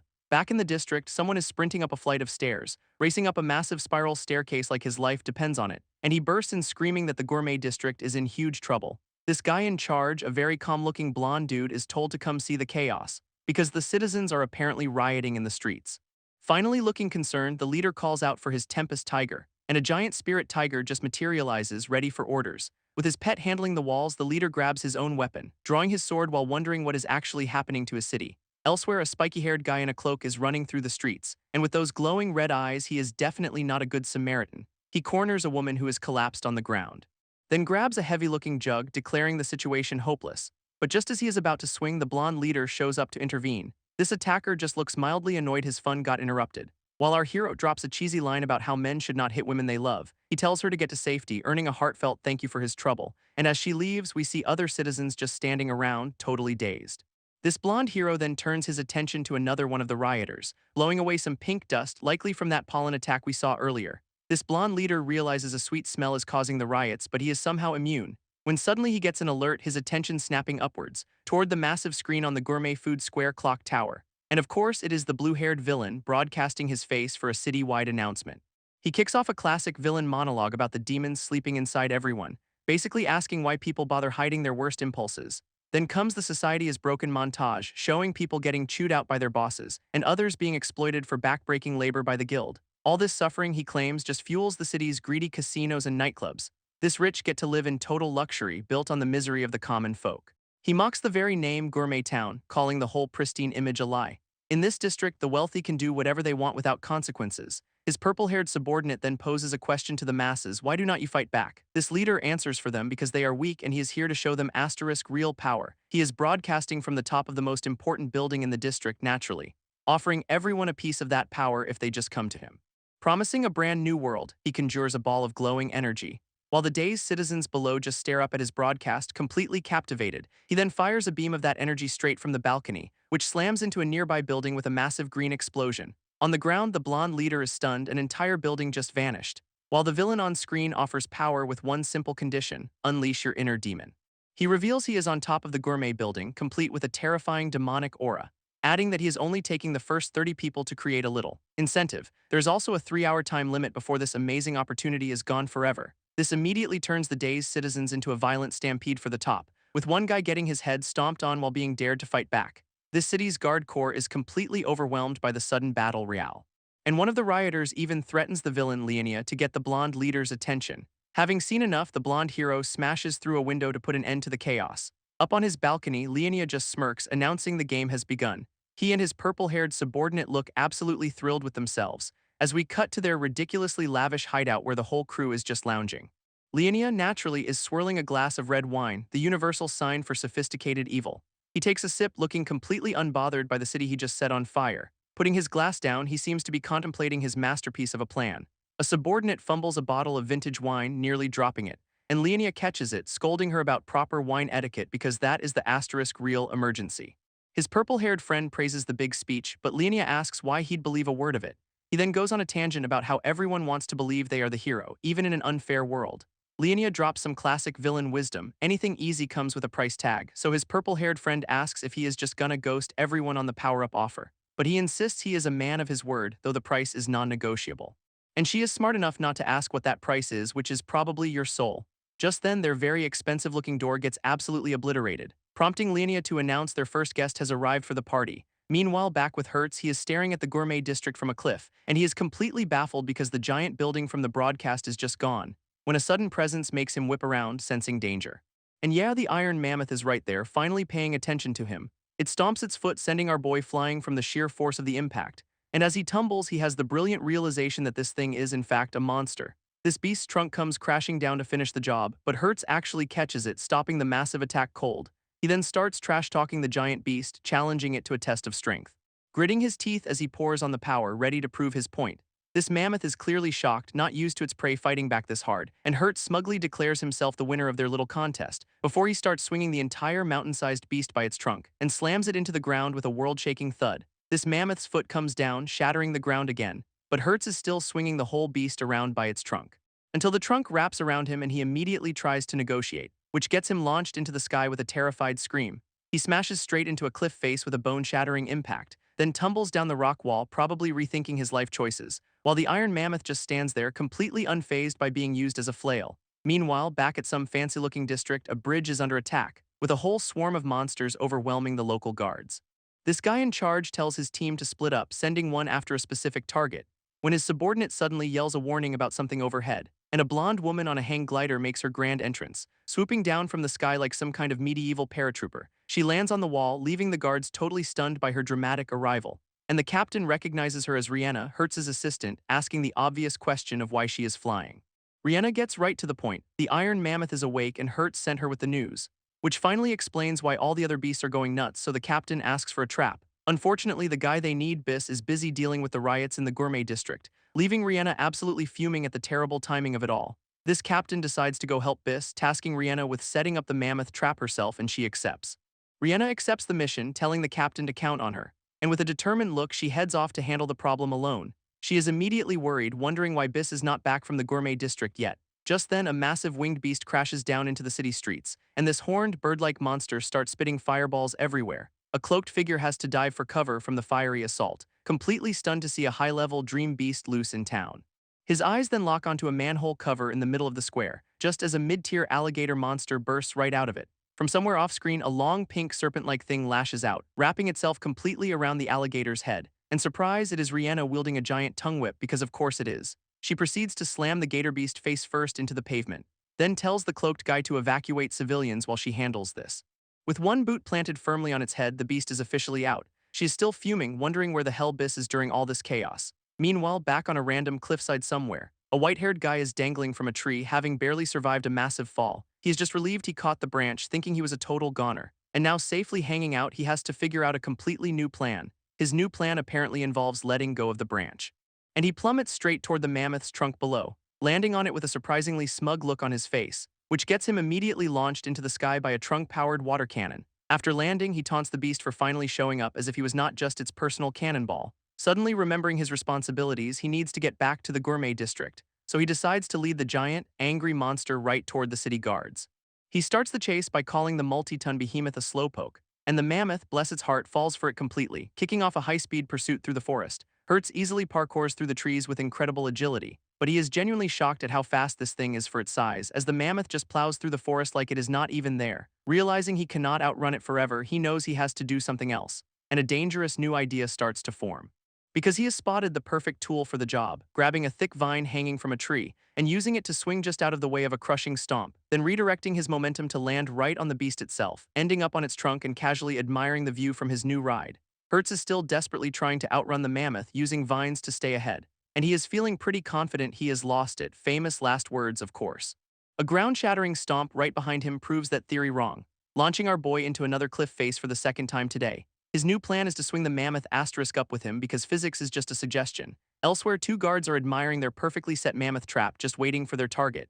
One of them is complaining about how terrifying this whole dream beast world is, and while he is wiping his brow, he notices something small flying through the air. It is Hertz making a less than graceful landing right in the middle of their trap. He immediately rates his own landing a 9.9 before asking who the hell they are.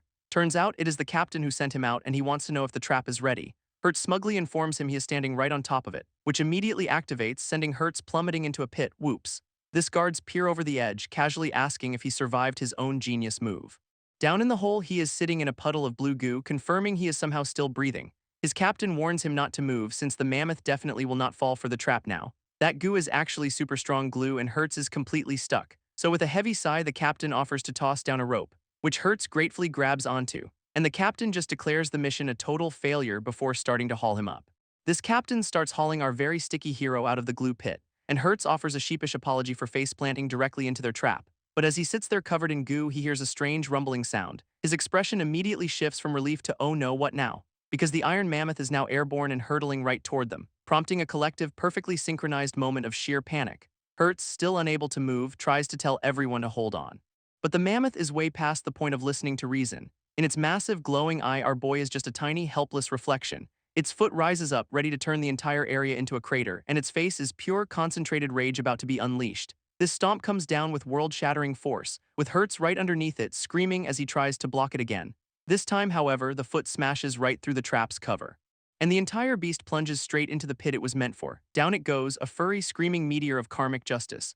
This guards watch the dust settle, cautiously declaring the mission accomplished. From the massive hole, a plume of smoke rises, signaling the end of the threat, or so they think. They call down into the pit, asking if Hertz is still alive after all that. But instead of an answer, a giant boulder comes flying right back out. This is not over. Hertz somehow lands on the mammoth's back, clinging on for dear life, and he is trying to tell the giant, angry beast not to move while they are in a pit, which gets him thrown off, but he spots a little red button on the ground, and pressing it fills the entire hole with a thick, mysterious gas, triggering the real trap as chains shoot out from the walls, one immediately wrapping around the mammoth's leg, while another one latches right onto its tusk. And soon the beast is completely bound and helpless, though it is still thrashing and trying to break free, which is when Hertz smugly reveals it was all sleep gas, then immediately realizes he is also breathing it in. Whoops. As the mammoth finally starts to slump over, succumbing to the gas, our boy uses its back as a springboard to get some distance, and the iron mammoth is officially down for the count, so deeply asleep it has got the classic snot bubble of defeat. Just as the captain peers down, offering to toss him a rope, but Hertz, ever the show-off, says he can just jump out himself, so his captain just ignores him and lowers the rope anyway, and Hertz grabs on, thanking him from his new mammoth-sized mattress, when he suddenly feels a strange stirring from the fur beneath him. This mammoth's fur starts to twitch, which is never a good sign, and Hertz realizes the beast was just playing possum, the absolute nerve. So with a new plan forming, he prepares to launch himself, using the giant furballs back as his personal trampoline. This sends him flying right out of the pit as the mammoth roars in frustration, and after a perfect landing, he gives a quick thanks to his captain, who is just relieved our boy did not get himself flattened for good. Hertz immediately asks about the Gourmet district needing an update, and tries to convince himself Rihanna and Biss have it all handled. But that worry is clearly eating him alive. Without another word, he sprints off to get back to the city, leaving the two guards just exhausted and wondering what to do next. Hertz is booking it through the streets, finally bursting back into the main square only to find it completely deserted and trashed. Suddenly, he feels a presence right behind him, and it is that same winged beast from before diving in for a cheap shot, but Hertz dodges effortlessly and grabs the monster mid-flight, twisting its momentum against it with a furious spin, and slams the bird brain straight into the pavement. Hertz holds the defeated beast, demanding answers about the chaos. His focus sharpens, sensing more trouble nearby, and then he hears a familiar voice cry out, "It is Rihanna." Without a second thought, he launches himself toward the sound, landing on a rooftop to scan the empty streets for her. Following a trail, he peers into the darkness for any sign. when a massive explosion rocks the district, giving him a new direction. Another powerful leap sends him flying across the city, arriving just in time to see a massive gator beast about to eat Rihanna. Soaring in, he promises she is safe now, a total mid-air hero moment. A lightning-fast kick connects squarely with the monster's jaw, and he uses the momentum to drop right toward Rihanna, catching her hand in a picture-perfect rescue. They land safely on the ground, him carrying her effortlessly. And our boy lets out a well-deserved sigh of relief. This mood is immediately ruined when he points out she is soaked, which gets him a very flustered lecture about his choice of words. Dude, once the rom-com moment is over, Hertz demands to know what is happening. Rihanna explains it is all because of someone named Leonia, a name he does not recognize. Apparently this Leonia is at the Gourmet building handing out incredible power, which never ends well. Rihanna points out the effect of Leonia's power, which is a whole-ass building she apparently leveled in a single hit.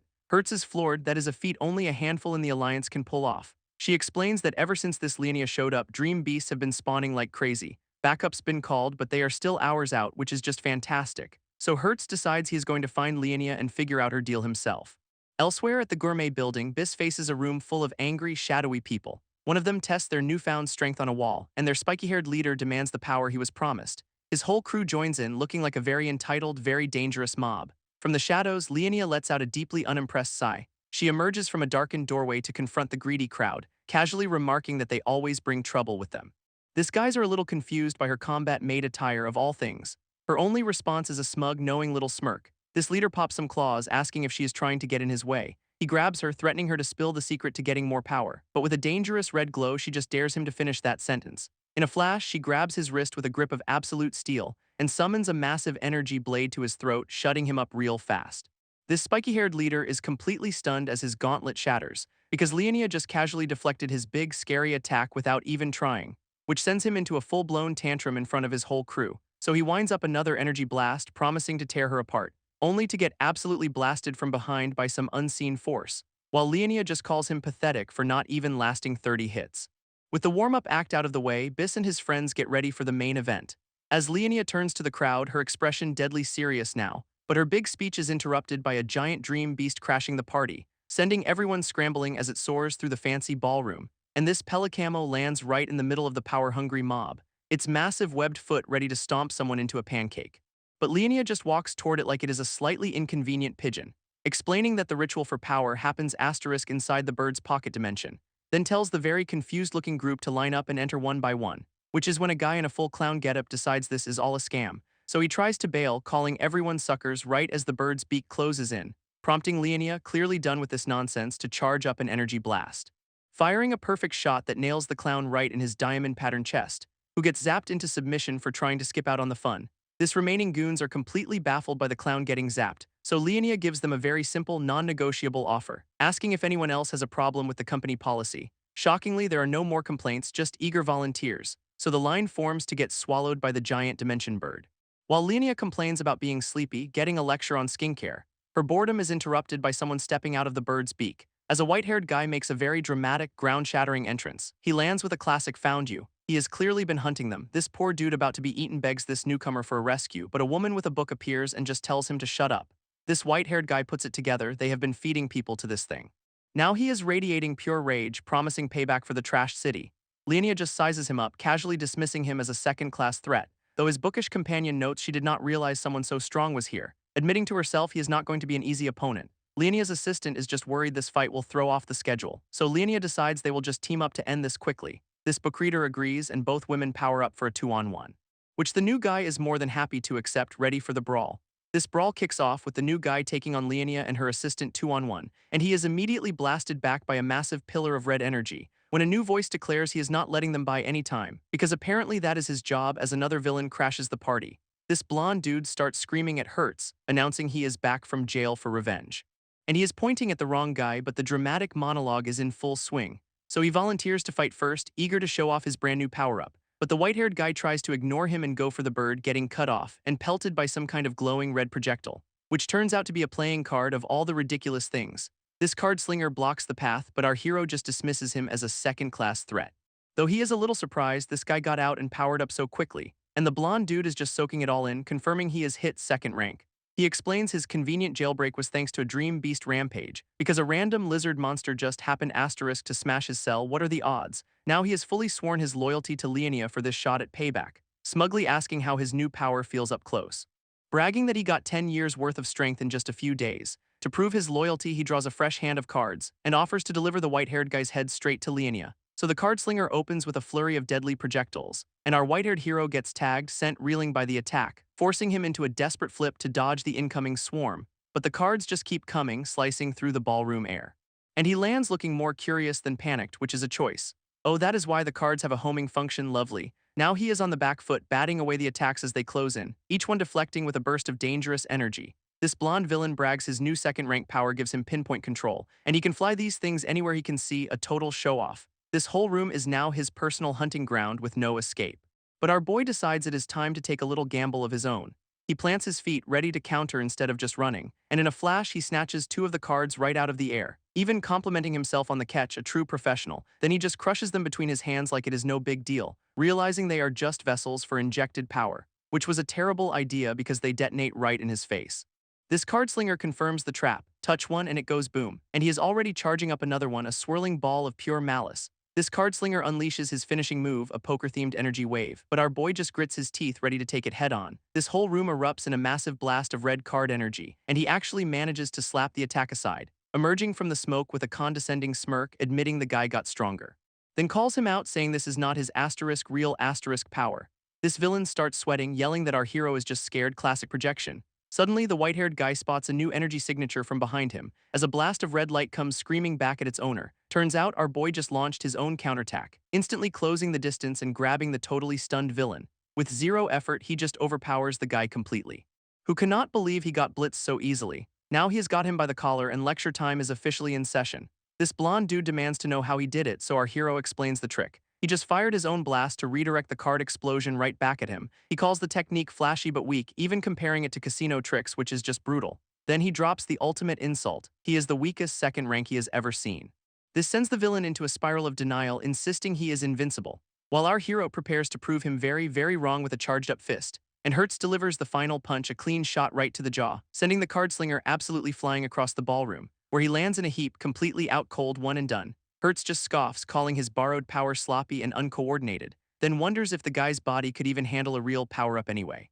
Meanwhile, on a fancy rooftop far away from the action, a new blue-haired villain is enjoying some wine with his associate, who is holding a pot of roses because every evil meeting needs flowers, and reports that Leonia's plan has officially failed, explaining that our boy Hertz crashed the party and forced a retreat, which makes the blue-haired boss identify him as the old man's disciple, deciding killing him would be a bad move since it'd bring unwanted attention.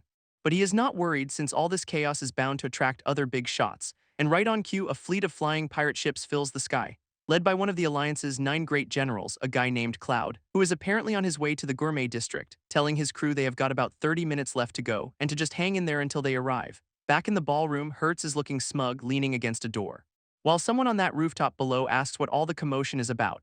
This blue-haired villain from the rooftop finally spots Hertz on the balcony below, and it turns out he is Leonia, announcing their first face-to-face meeting, which leaves Hertz completely lost. He has no clue who this guy is. This sends Leonia into a fit of main character syndrome rage, appalled he has been forgotten. His assistant, Sophia, just thinks his little tantrum is hilarious. So Leonia switches to a recruitment pitch, offering Hertz a power-up, claiming the Federation is just wasting our boy's natural talent. Hertz gives him a hard pass with a smile, not interested, my dude. He even lectures Leonia that real power needs order, not just raw strength. But Leonia scoffs, saying his power represents all of humanity or some other nonsense. Apparently only the talented like them should lead, and Hertz is just wasting his potential. So done with talking, Leonia decides it is time for a live demonstration, unleashing some kind of tentacle nightmare he calls the power of a true genius. This phantom demon god lunges right for Hertz, ready to tear him apart. While on his airship, the pirate General Cloud is getting very impatient. His crew reports they are only 5 minutes away from the distress signal. Back on the rooftop, Hertz recognizes the power level. It is 3rd class, same as his master.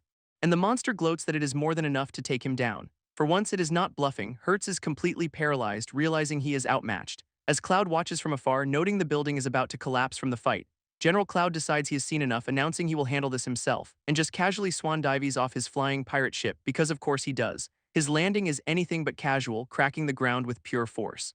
While Leonia monologues that Hertz will die if he resists, as Cloud plummets towards the city like a very well-dressed missile, Leonia offers to free Hertz by scrambling his brain, a truly generous offer, and his tentacle monster roars, ready to deliver that freedom package. Meanwhile, Cloud is still in freefall, looking incredibly dramatic about it, with Hertz completely pinned by the pressure, told to just give up.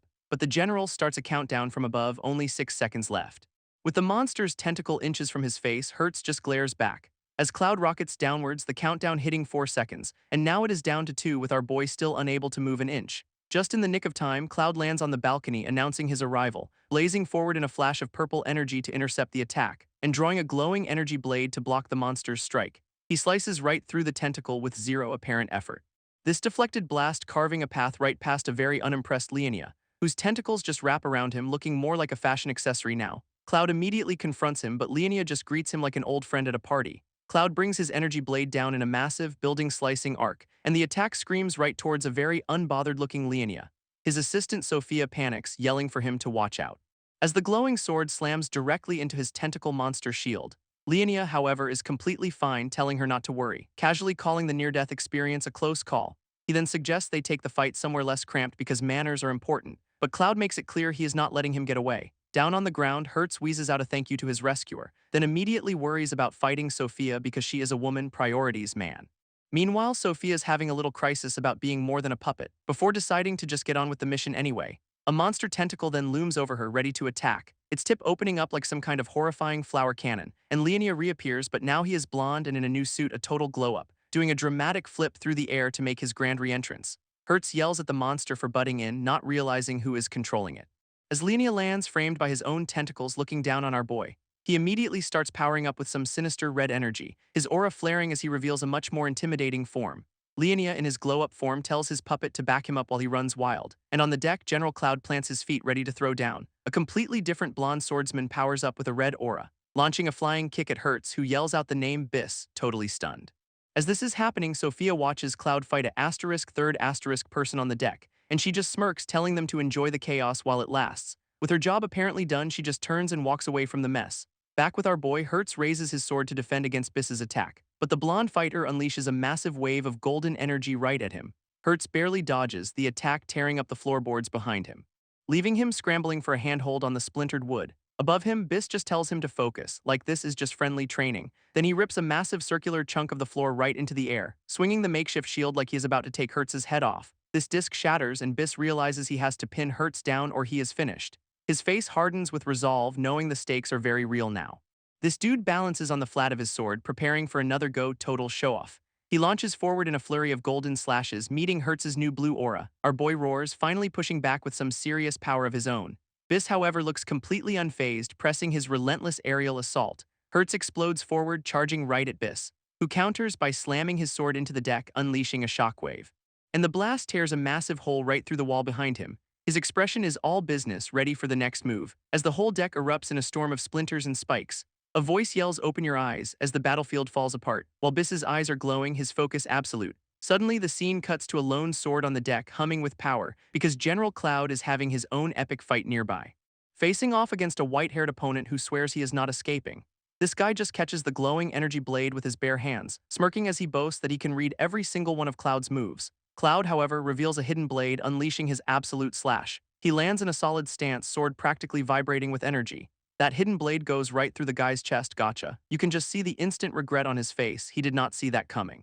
With zero ceremony, Cloud just hoists him into the air on his blade, then slams him down hard onto the splintering deck, leaving him sprawled out in a crater, totally defeated. Our general stands over him, blade to his throat, fights over. Cloud stands over his foe, but his mind drifts to a memory of someone named Biss. Flashing back to the moment this Biss walked away from him for good. Back in the present, the white-haired guy gets up, swearing he will not be taken. And he lunges forward in one last desperate charge, which is just a really awkward, very ineffective tackle hug. This guy puts his entire soul into this hug, bless his heart, so Cloud just casually breakdance flips him right over his head, looking incredibly smug about how easy that was. With his opponent down again, Cloud literally stands on the guy's back for good measure. Turns out he survived the stab by moving his heart, a classic get-out-of-jail-free card. Cloud just asks if he has finally hit his limit, clearly over this. Elsewhere, at an emergency aid point, the situation is dire, where a blonde commander named Rihanna stares at a city map, her first thought being whether Hertz is safe. A subordinate rushes in to give her a grim report, explaining they're completely overwhelmed with wounded people. He warns her that they cannot possibly save everyone, and Rihanna agrees they have no other choice, which apparently involves putting on a giant chef's hat. She then summons her serpent kitchen weapon, ready to solve a medical crisis by fighting. Her grand plan involves summoning a magical pink kitchen counter because why not, setting up her culinary battle station right in the middle of the medical camp, and tossing some glowing red monster crystals onto the burners to cook. As Rihanna stands there armed with a spatula and a pan, ready for war. She then goes full magical girl chef, levitating with her cooking gear, ordering her fire to concentrate with a deadly serious expression, and unleashes a massive wall of pink culinary flames, which instantly purifies the monster chunks into sparkly ingredients. A huge flare of energy erupts around her as she finishes the recipe, forming a glowing golden orb of pure healing power in her hands. With a confident look, she sends the energy on its way, creating dozens of bowls of crystal recovery soup, 5-star presentation at least. This miracle dish made from a crystal beast is her answer to saving everyone. With the catering handled, she orders her subordinate to lead the wounded inside, but her thoughts are still on Hertz, desperately hoping he is okay. This scene cuts to a close-up of white hair and slowly opening eyes. It is Hertz jolting awake in bed with a very confused woe. Rihanna immediately bursts through the door, screaming his name in a panic. And she is just flooded with relief when he confirms he is conscious. She pulls him into a hug, telling him he scared her half to death. This white-haired guy now on crutches asks Hertz to maybe worry about him for once, but Rihanna is having none of it, blaming Hertz for getting hurt in the first place. She just screams at him to shut his mouth, furious that she had to use up all her rare scorpion crystals to heal them. Our boy just offers a meek apology, glad she is full of energy again. A holographic call then interrupts the moment, with his boss immediately assigning him a new job, no sick days apparently. This, of course, is happening while Hertz is trying to enjoy a massive recovery feast, so he asks the guy if he has a heart, trying to send him to work mid-meal. Hertz then launches into a dramatic speech about his dream of traveling the world, accusing his boss of being a dream-crushing liar. This hologram just promises this new job will not get in the way, revealing that a shadowy group called the Dark Abyss has finally surfaced. His new mission is to head to the Dream Beast world for intel, and the boss cleverly ties this whole thing to Hertz's personal dream. Hertz is not buying it, pointing out that a fight with these guys is a death sentence, but his boss hypes him up as the strongest of the new generation. This is all just a chance to sharpen his skills and master his second-rank power. While Rihanna brings out even more food, completely oblivious to the high-stakes briefing, this boss just watches the scene, looking like everything is going according to plan. This boss adds their destination is the Castle of Chefs, trying to bait Rihanna with it, promising a surprise awaits them there, which is never a good sign. And soon enough, Hertz and Rihanna arrive at the base of their next stop, a culinary fortress guarded by two giant, toothy monsters holding kitchenware. This place is apparently where countless chefs come to prove their skills, turning adorable little monsters into gourmet delicacies. Bon appetit.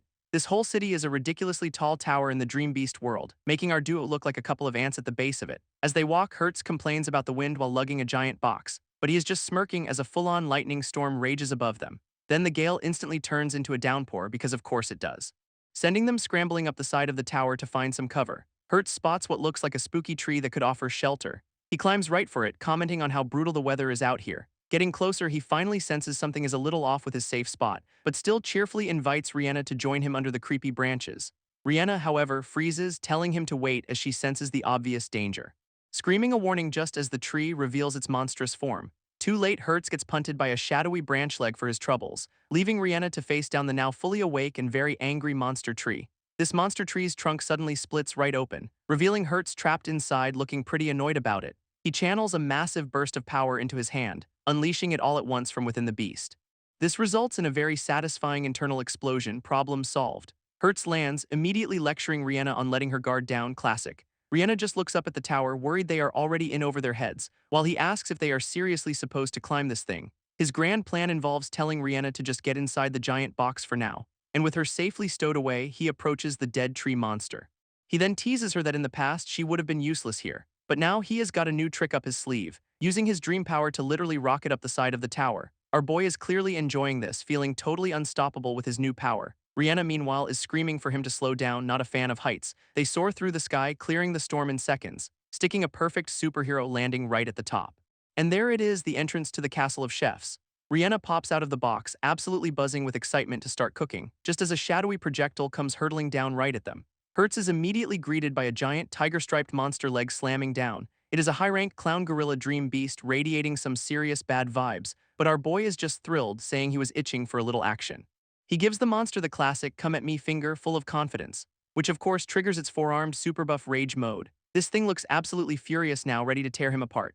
While Rihanna, from the safety of her box, asks what all the noise is about, and then the monster just bows, completely terrified, much to Hertz's disappointment. Turns out it is not scared of him, someone else just arrived. This new guy in a trench coat tells Hertz to stop bullying his kid, leaving Rihanna completely confused about who this could possibly be. Hertz, however, recognizes him instantly as his senior disciple, the Root of Fear. This man's name is Karlov, and he looks incredibly smug about this whole entrance. At his arrival, the clown gorilla just bolts, trying to make a run for it, scrambling to get as far away from Karlov as humanly possible.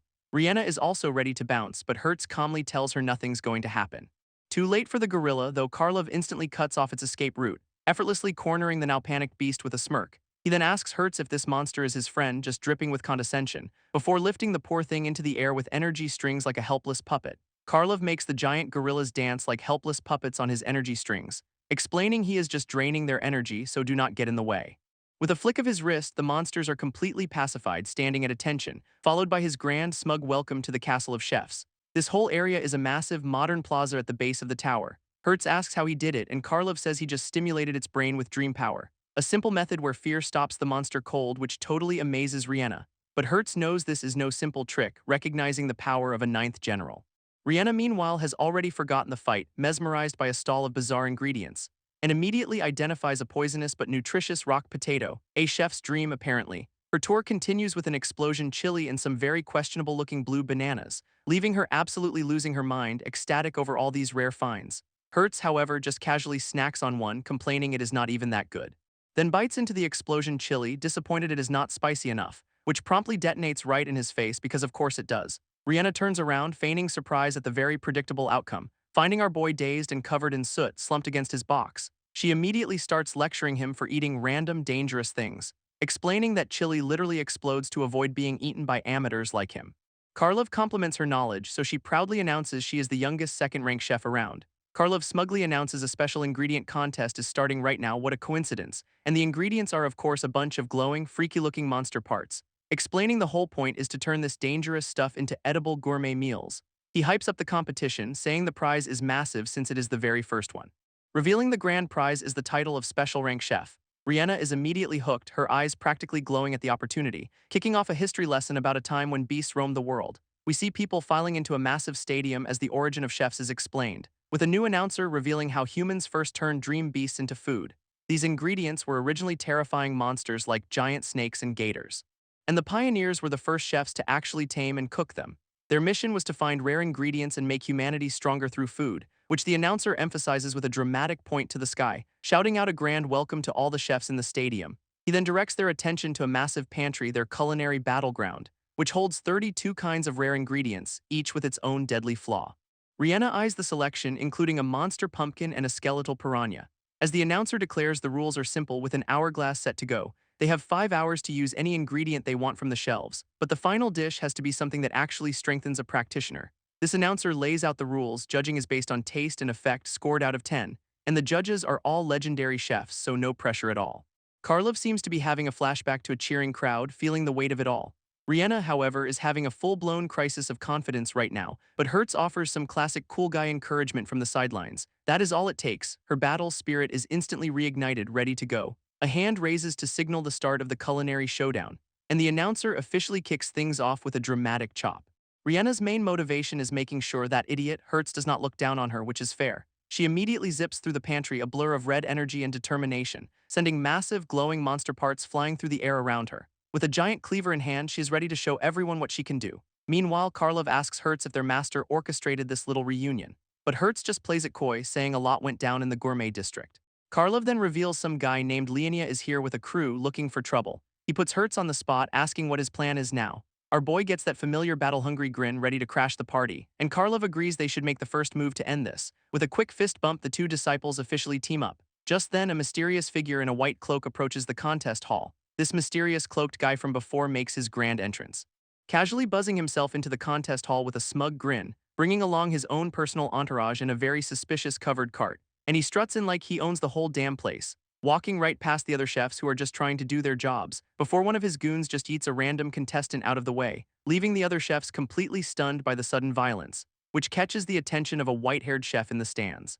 While the cloaked dude complains he was not invited to the party, playing the victim card with a totally unconvincing "I am hurt," but the white-haired chef, a dark chef named Callus, is not having it, as the gatecrasher whips out a comically large blade, and Callus explains this guy was banned for being way too cruel with his methods, prompting a judge to tell him his cooking is too extreme and he needs to leave. But the intruder just scoffs that this whole contest is just child's play, then throws his arms wide and declares everyone in the room is garbage, a statement that shockingly does not go over well with the other chefs, who are now all squaring up against this absolute menace, but he just powers up, ready to show them how a real chef cooks. And his first ingredient is one of his own terrified-looking assistants. His ingredient is his own masked assistant, radiating pure menace, and all the other chefs are justifiably freaking out, wondering what he is doing. One of the chefs recognizes the creature as a celestial octopus, which is, of course, a dude with a horrifying octopus fused to his back. This cloaked chef announces he is serving this deadly poisonous creature to everyone bon appetit, then grandstands about how they are all too simple to understand his genius. He explains that if you dilute the poison, it becomes a delicate dish. And with his special detox tofu, the poison is basically gone, trust him. He unveils the full human-octopus hybrid, declaring it is now perfectly safe to eat. But Callus, the white-haired chef, is having none of it, calling them all useless fakes. Suddenly, a massive blade of energy slices right through the air, knocking the cloaked chef off his feet and interrupting his whole evil monologue. Callus lands gracefully, checking on the poor octopus-human hybrid, who spits back that the weak are just food for the strong, so what is the problem? Callus then asks him what he even considers humans to be, just as another chef declares the cloaked guy is under arrest for mass murder. This intruder just laughs it off, saying they will have to deal with his creation first. But it is too late. Callus announces his dish is already done. He dramatically presents his masterpiece, a tower of octopus blood tofu, which is a steaming, bloody pillar of something ready to be served. This villain's dish fills the air, and one chef is already completely hooked by the smell, while another is totally losing it, screaming that he just cannot take it anymore. Soon the entire stadium is a ravenous horde, all chanting for food and running wild, with the cloaked villain looming over a victim, both mesmerized by the hunger he created. He smugly explains his cooking just awakens humanity's suppressed appetite. Simple, really. A dark-haired chef with a cross necklace grimly confirms they will not snap out of this trance. He then uses his own energy strings to try and restrain the out-of-control chefs. But it is a struggle, as he notes even a cook's willpower cannot hold out for long, taunting the villain about how long his lot can possibly resist. Just then, a new fighter drops in from the sky right on top of the cloaked chef, and a swift kick deflects the villain's knife, interrupting his evil monologue. This villain is annoyed, asking why he is being attacked instead of helping his comrades. It is Callus, the white-haired chef, demanding to know how to break the spell. This villain just blasts Callus away, mocking that he is too late to save anyone. That blast hits the floor, and a couple of chefs decide it is time to run for their lives. But a blonde chef stops one of them, telling him to hold on for a second. She gives a passionate speech about the honor of being a cook, calling the villain a disgrace. When her colleague says they are helpless, she asks if he is just going to take the humiliation. She reveals she has a plan, saying they might just have a shot to turn this around. But it is a team effort. She needs everyone's help to pull it off. This blonde chef is officially done with this villain's whole vibe, and one chef immediately pledges his support, followed by another who is totally ready to follow her lead. And with her small resistance squad formed, she thanks them for backing her play, revealing her real goal is to buy time for Hertz and Karlov before turning to face the explosive culinary chaos head-on.